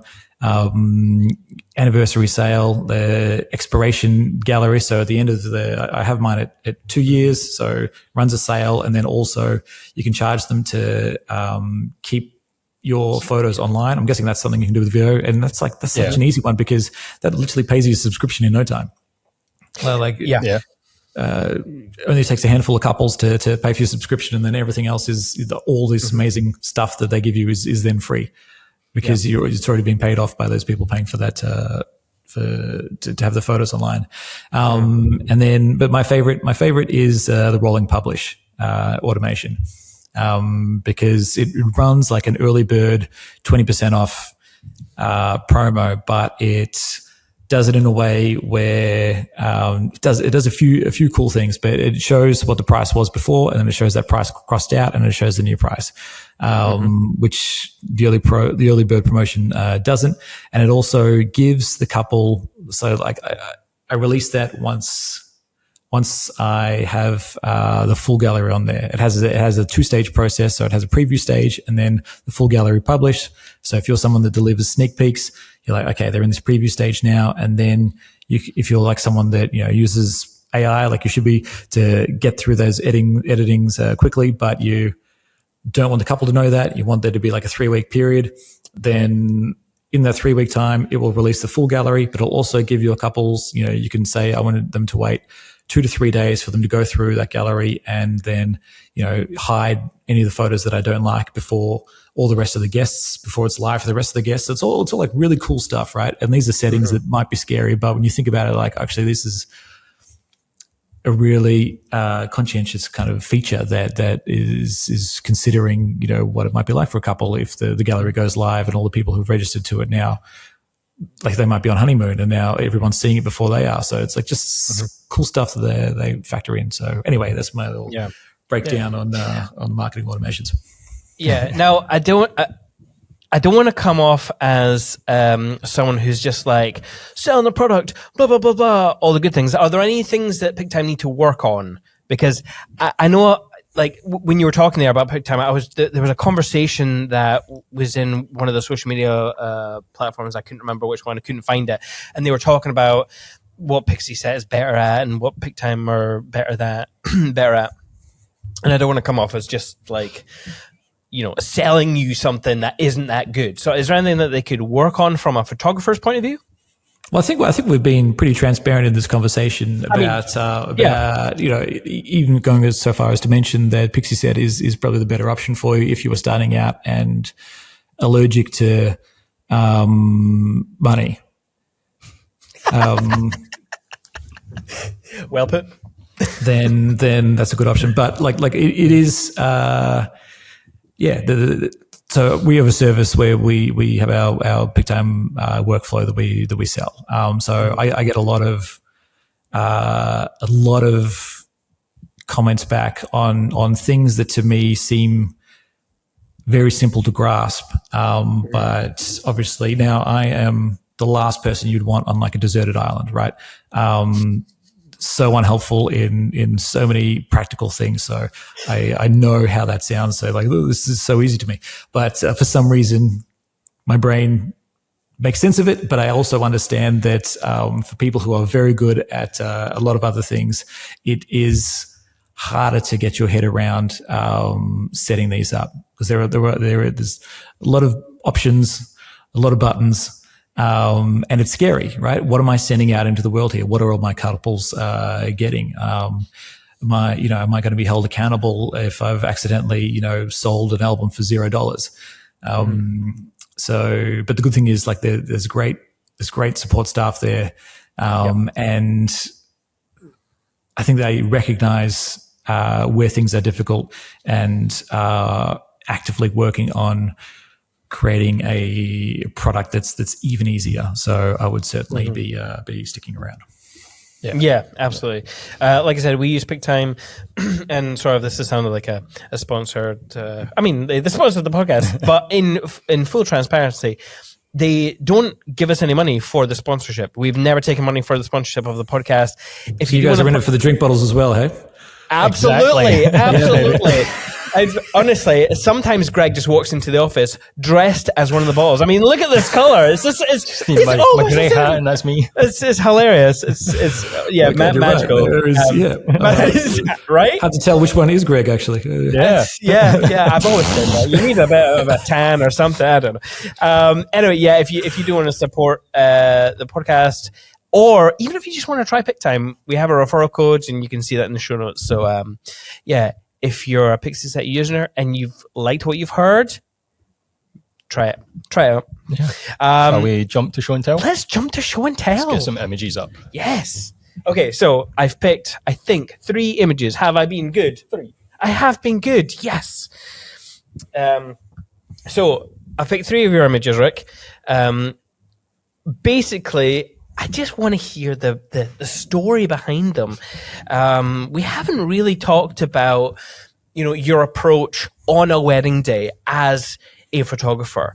So maybe we can touch on that a little bit in the show and tell section. But first of all, though, knowing that you have a team, hopefully these are all photos that you've shot personally. Yes, because otherwise it may be a bit awkward. That is also very true. So if it's not one of yours, just make up a story. Just make up a story. The reason I picked this image, and maybe our listeners will be familiar with Jim and Katie when they were on, they had a very similar image in their show and tell, where it was just like the heavens opened and everyone just scatters, and there's a hilarity in that, I find. Now I'm going to assume this is still Australia. Yep, it's Australia. That's a venue that I shoot at. By far, over 50% of my weddings are at that venue. Amazing. So tell us about this. Were they prepared for rain? It doesn't seem like they were, but Well, what I really love about, so I use this as the header image on my website, as you might have seen. You do, yeah. And the reason is because I hope it speaks to the kind of couples that I like working with. So I don't know if you can, anyone watching, you can see this, but there is a massive smile on his face. And so I kind of want someone who looks at this and thinks that would have ruined my day. My dress would look muddy. I wouldn't be getting that exact photo that I wanted or whatever. Then they go ahead and find someone else. So, because I don't know, I have a hard time stomaching those couples. I certainly, I feel like, what's the fastest way that I can get across who I like working with? People that will see this and go, F yeah. Not sure if I can swear. Although you can swear. Have been flat out, yeah, man, like fuck yeah, like I'm going to make the best of this situation. That is hilarious. I'm just going to pick up my wife, but like you can just see the smile. He was laughing his ass off, and so that just speaks to me and who I want to attract so much. And the other thing that I loved about it is that it's got my boy Murray in there, the videographer, absolutely running for cover. And, I didn't see the camera there. That's hilarious. Yeah, it is so good because it's me obviously standing out at the pissing rain, getting this great photo of the action, and then him absolutely just looking after himself and running. Pushing the couple out of the way to protect the 100%. camera. Yeah, that is hilarious. Actually, he's a great guy, but I just love sticking it to him with that picture. Yeah, I could just imagine this picture being like on the forums, like, oh, the video guy just ruined the shot again. Oh. At least he's dressed smart. Like at first glance, he looks like a guest, but then you see the camera. He was dressed so much smarter than me. Yeah, but because he gave me a bit of shit that day about what I was wearing. I had this like Mexican Aztec, shirt on, and it was admittedly way too loud, and so that's why I took so much pleasure in making sure as many people see that photo as possible. So I'm really glad you get to show some more peeps. Yeah, I love it. And if I did this black and white, that's great. Yeah, I think the Carol's photography was black and white as well, wasn't it? Yeah. Interesting. Because so my part of the world, like I mentioned to you guys before, like it's they have a saying here in Melbourne: if you don't like the weather, just wait a minute. And so, like the reality is, it probably can and will piss down on your wedding day. So, the only thing you're in control of is how you feel about it when it does, right? Yeah. Your attitude and your approach to it. So that's why I love that picture. Yeah, that's why I try to show as many dirty dresses as possible. I'm not we do shoot at some fancy venues, and we do have, now and then the bride that just doesn't want to do anything because she's scared of her dress. And I'm always in the back of her, just hiding in the back going, it's fine, don't worry about it, it's supposed to get dirty, like you're never going to wear it again, blah blah blah. I can't deal with the team of the people fluffing the dress and the constant makeup and hair. But the good thing is, and I know the photographers that can do it, they probably earn a lot more money per wedding dealing with those. But I'm much more happy with that class of people that are there fundamentally to have the fucking night of their lives, hanging out with their friends and family that just want to celebrate what their relationship means. So that's my job. Come on, Rick, you're missing all that money not doing that. Why are you saying mid-range? Go for the luxury weddings, man. Well, that's funny because you bring up that next image. So once again, demonstrating my hypocrisy. Because this is the most curated type of image, but this is one of those times when I also just wanted to challenge myself and just say, all right, what would it take to create an image like this? And since you've got a wedding party dressed to the nines, and actually I like to do it with people who don't expect something like this, right? So they're not wanting to be on the cover of Vogue or anything like so. Yeah. All right, I'm going to do something here for you guys that I reckon you're going to love, and it's pretty cool from a marketing point of view because also everyone else at the wedding typically then watches what the hell you're doing because you're setting everyone up here. I've got my camera on a tripod. I'm running a flash, so that photo there was about 10 different photos because I'm individually lighting Like I'm lighting that first girl on the right, then I'm lighting that next couple, then I'm lighting the groom, then I'm lighting the bride, then I'm lighting the peeps up the back, and then old mate down the bottom who was drunk and didn't want to bloody look serious for a second.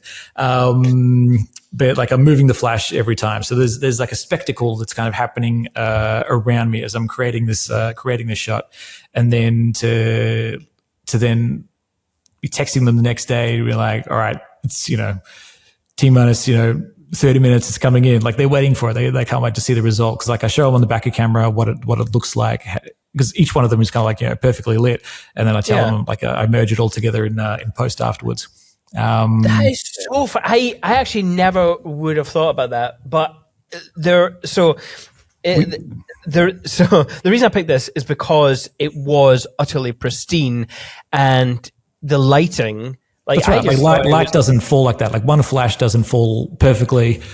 Yeah. On the person on the left side as equally as it does on the person on the right. Right. Yes. Yeah. There's like, what's that? What is that mathematical equation where it's like you lose half the? In fact, I'm getting my.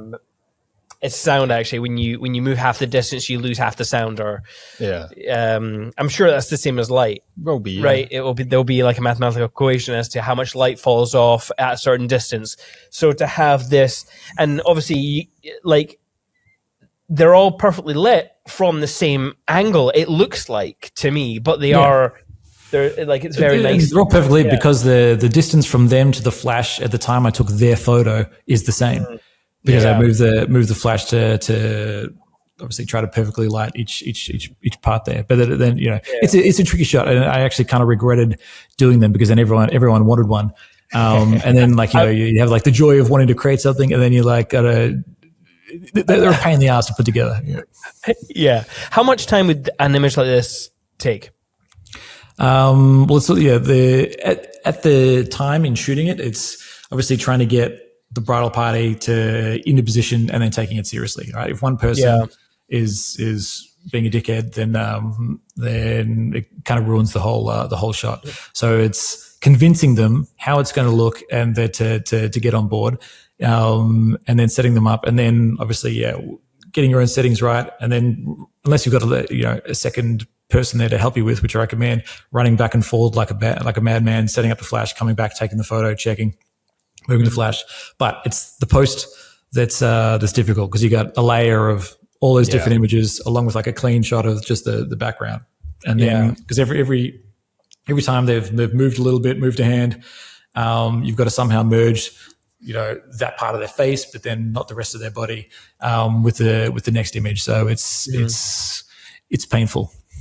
Yeah. Well, it looks ace. The results are great. But you alluded earlier to using AI. Like, are you using AI for obviously part of this image, but not all of it because you need to manually do it? But how much of all the cool AI stuff came after I took that, so so it made it a lot easier now.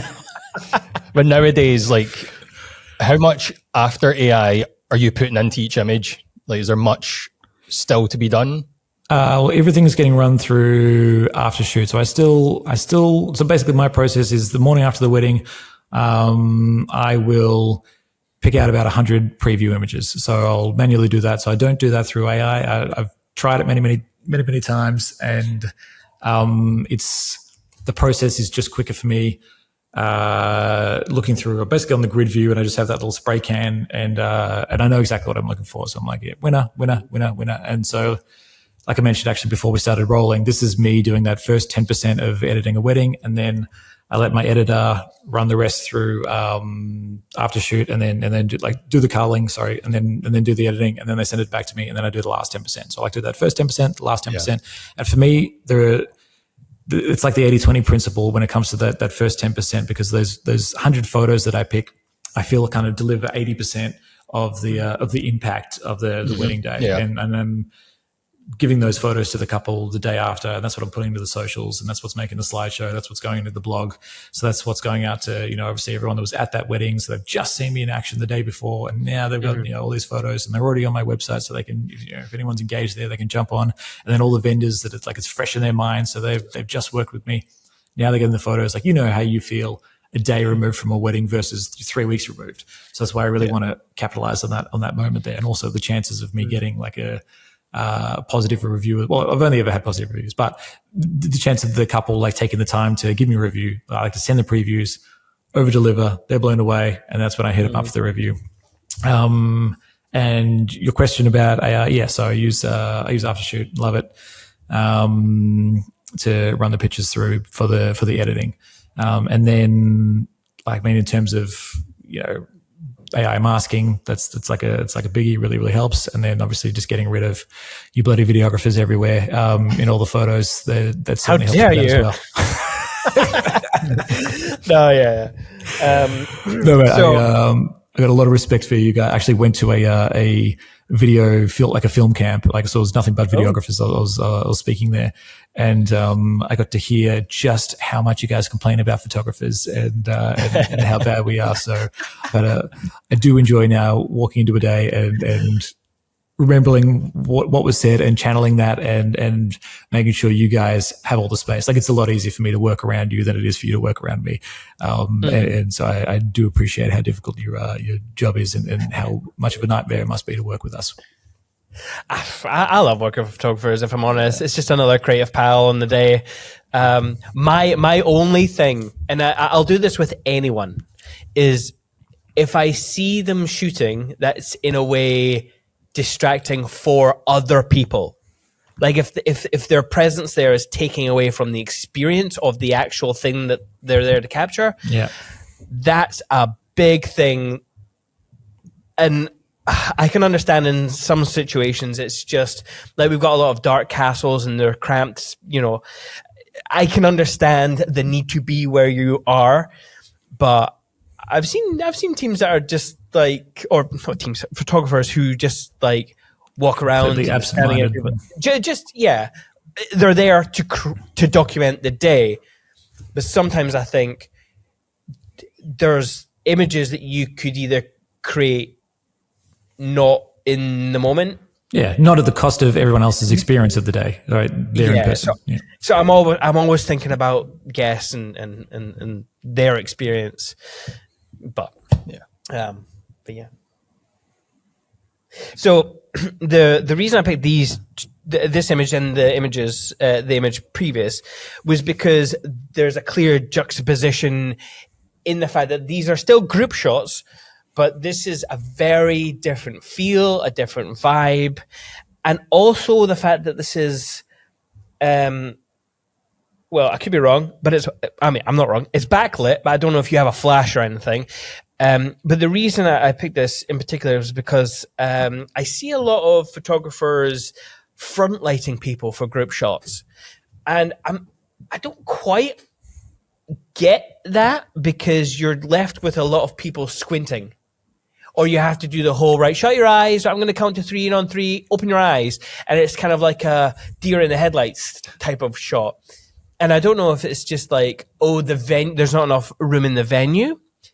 But then a person I'm seeing spaces where you could do group shots that don't have that effect. So anyway, I think people, I don't know. I think because before you get the experience of witnessing, everyone's squinting and everyone's hating it, you might just think the light should be on them, right? So they should be looking into the light so that they're lit. They should be, and so I think that's the rationale for why people have them facing the sun on a 40-degree day. And also people in the photo as well. Sometimes they think, the sun's that way, I should therefore be lit by the sun. So this is the way. So if the people in the photo are dictating where it goes, then that might be the other explanation. Mm-hmm. But the fact that this is backlit is wonderful. The fact that it's messy, in cinematography terms, they talk about dirtying up the frame to make things more confusing, more interesting. This is a group photo, but you can't see any of the group because of all the champagne, and I love that vibe. Yeah. So once again, you don't mind getting freaking champagne all over you, and it's also and with the backlight, obviously the backlight is obviously going to show those champagne sprays really, really well, as long as you roll on a dark background, right? So if it's all wall of light, then that's going to get lost. So that's kind of was a perfect scenario for that. But then I love the challenge because I told it because I literally did that shot myself. Like I took a self portrait of doing the 2 bottles at once, and I was like, man, this is freaking fun. And I said, like, all right, I bet you can't do this, but it's going to look sick if you can. So he's like, of course, he's like, mate, give it to me. It's on. So like 2 bottles, let's go, baby. So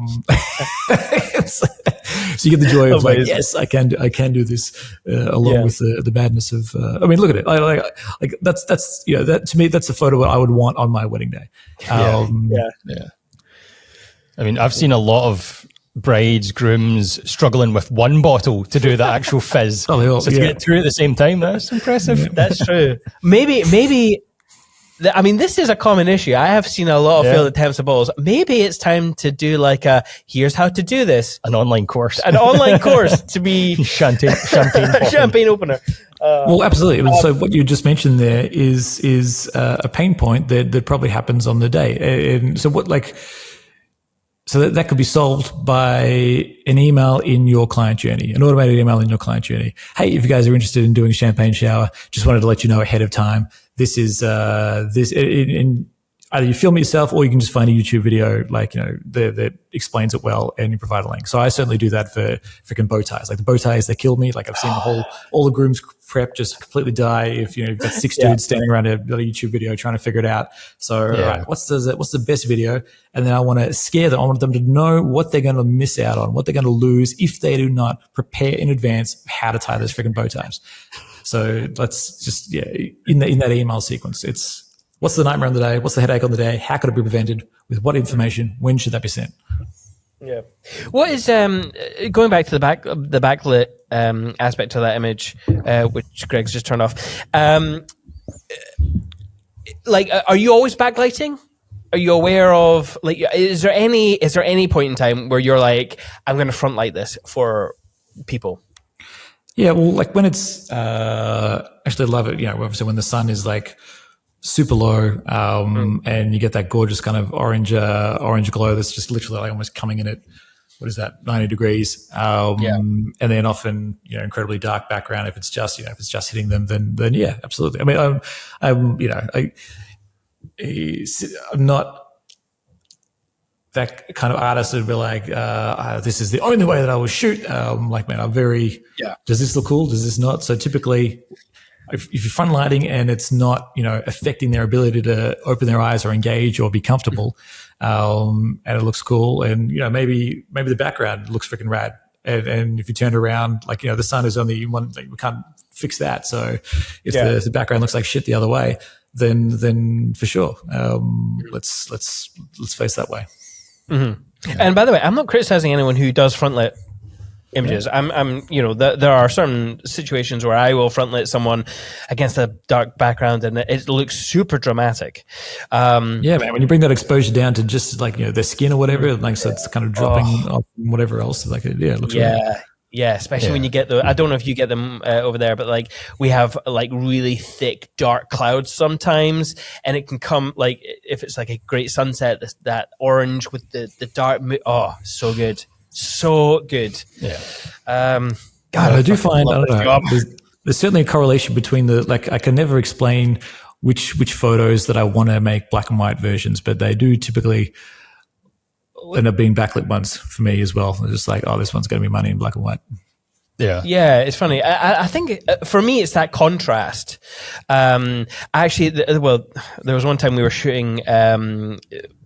It was a couple of years ago, and the couple came to us and were like, "Hey, we love your videos, but you're very dark. Can you not make it as dark?" And I'm like, "Okay, cool, yeah, absolutely." Where are you guys getting married? Dark Castle. Okay. Actually, well, this was outside. It was what was it? Gordon Castle. Okay, yeah. And I was like, "Yeah, cool," but it was the brightest summer's day. It was outside ceremony, and just the contrast was so hard.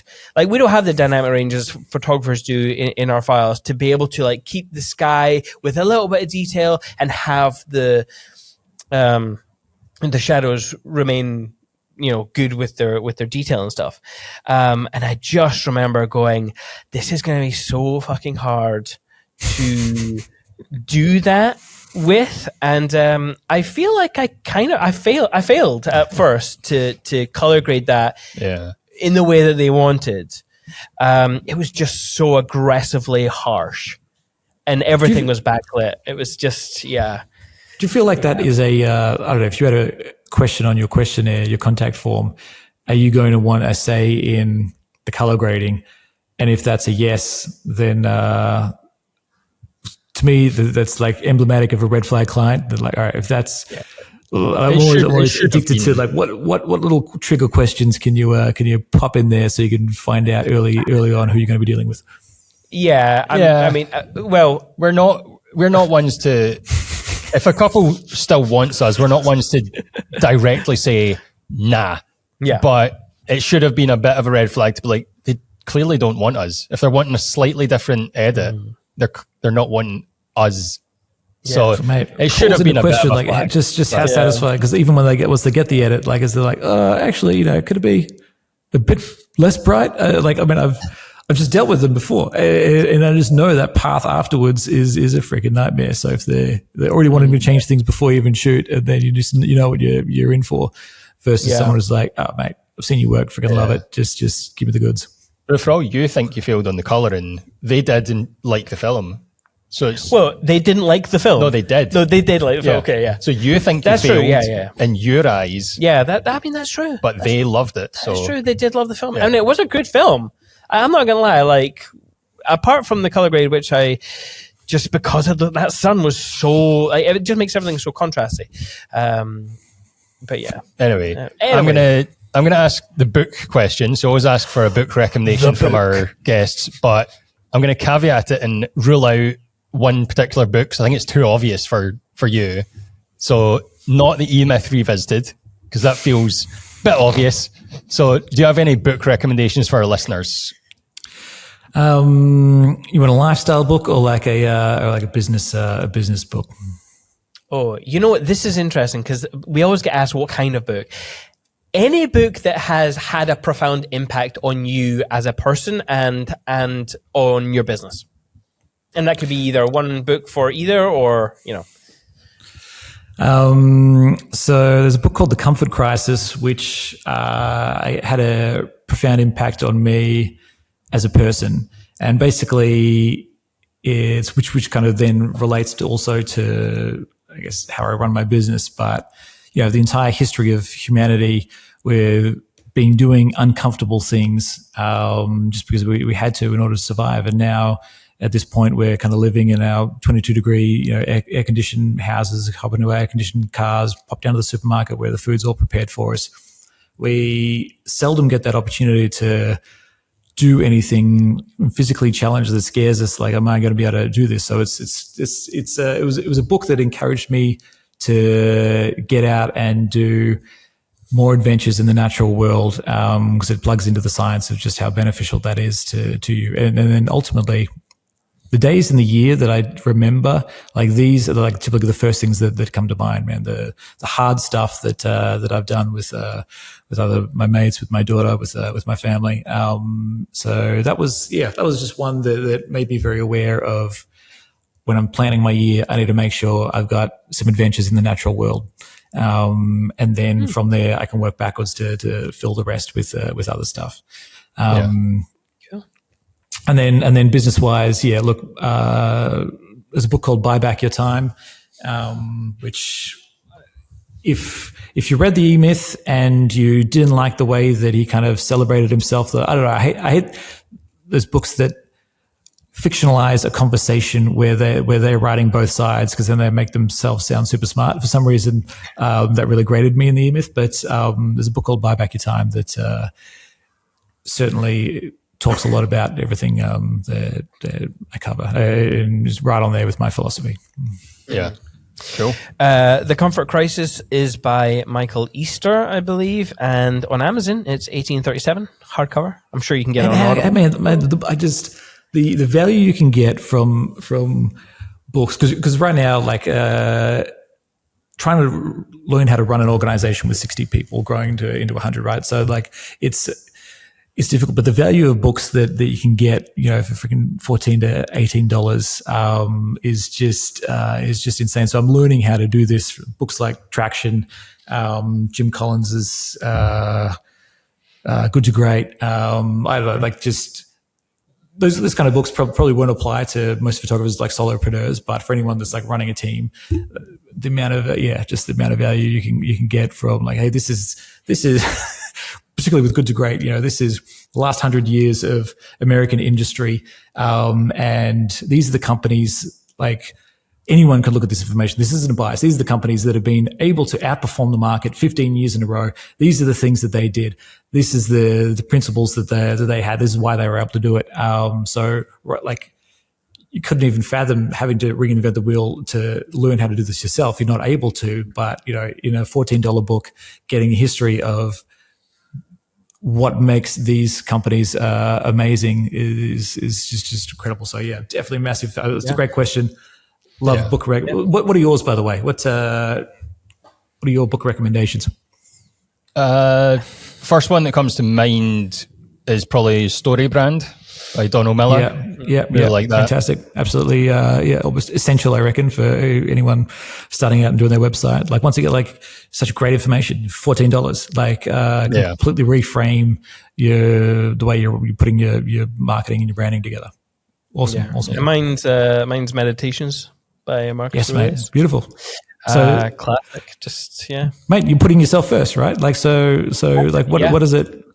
What is it I need to do to become the best version of myself, mate? And absolutely love that. Yeah. Have you read Outlive by any chance? I've not. No. Okay. You might love it. Who's it by? Dr. Peter Attia. He's real big right now with all saunas, like I don't know, like all life stuff. Basically, it's like these are the things that are most likely to kill you. This is how to take care of yourself, mentally and physically. So that, like, I read that and I was like, I can't afford not to go to the gym. I can't afford, not to meditate. I can't afford literally cannot afford it. It's not, how do you afford to do to take the time to do all these things? I cannot afford not to. So incredibly hard book to read because half of it's just like freaking biochemistry, but interesting. Okay. All right. Cool. Yeah. Loads of recommendations there for folk. Yeah. So the Buy Back Your Time is by Dan Martell. And that's, I always like to go to the hardcover because I think it's just the sexier version of the book, but that's 1979. But again, I mean, £1 on Audible, or £1. A pound. Like both of those books are £1 if you buy them on an audiobook. I mean, that's crazy. It is crazy because this is a very smart person's life's work, right? That they've taken a lifetime to accumulate and put into a book which you get to benefit from for £1. Yeah, I know. It's crazy. But yeah, if you're a big old dyslexic like I am and you don't enjoy reading, audiobook, there you go. Plus, you don't need to build a library in your house, which is something I had to do for my wife. She now has a library corner because she likes to read a fucking ridiculous amount of books. Yeah. I mean, my wife is an insane reader. It's like 300 books a year type insane book reading. Wow, that is insane. Is she an incredibly empathetic person? Like, does she read fiction? Yes. I mean, I'm guessing you read 300 books a year. It's got to be fiction. Nobody's reading bloody 300 business books a year. Yes, it's fiction. She likes fancy romance novels, which are very. That's great, man. That's super healthy. Saucy. They're hot. They're As a man, I don't have a problem because I get to take advantage of all that kind of reading. But anyway, that's too personal. Rick, thank you very much for coming on the podcast. Where can people find you? All the businesses that you've mentioned or your resources, where can people find you online? So weddingworkflows.com, that's where we have our workflows and our virtual assistant agency. Vendordetails.com if you want to remove the pain of collecting vendor details. And if for some reason you're in the Yarra Valley and you want to get married and are considering a photographer, rickliston.com. Hell yeah. Absolutely. And people can find us at perspectivebycinemate.com, our Instagram at Perspective by Cinemate. Thank you to Pick Time for sponsoring this episode. We hope you have enjoyed this conversation. Immensely, gentlemen. Yes. Not you. It's about me. Yeah. I'm telling them to hit the subscribe button. You can hit the subscribe as well. Yeah, you're enjoying it immensely. Immensely, yes. You've enjoyed this greatly. Join us on YouTube at Perspective by Cinemate or wherever you get your podcasts. We would love if you could follow, subscribe, all that kind of good stuff. Interact with us online, please. And if you have any questions about anything that we've talked about, hit us up. We can even pap those questions along to Rick. He doesn't agree to that, but I'll hassle him anyway if you have any questions. However, in the meantime, oh shit, sorry, Greg. However, enjoy your life. In the meantime, enjoy your life.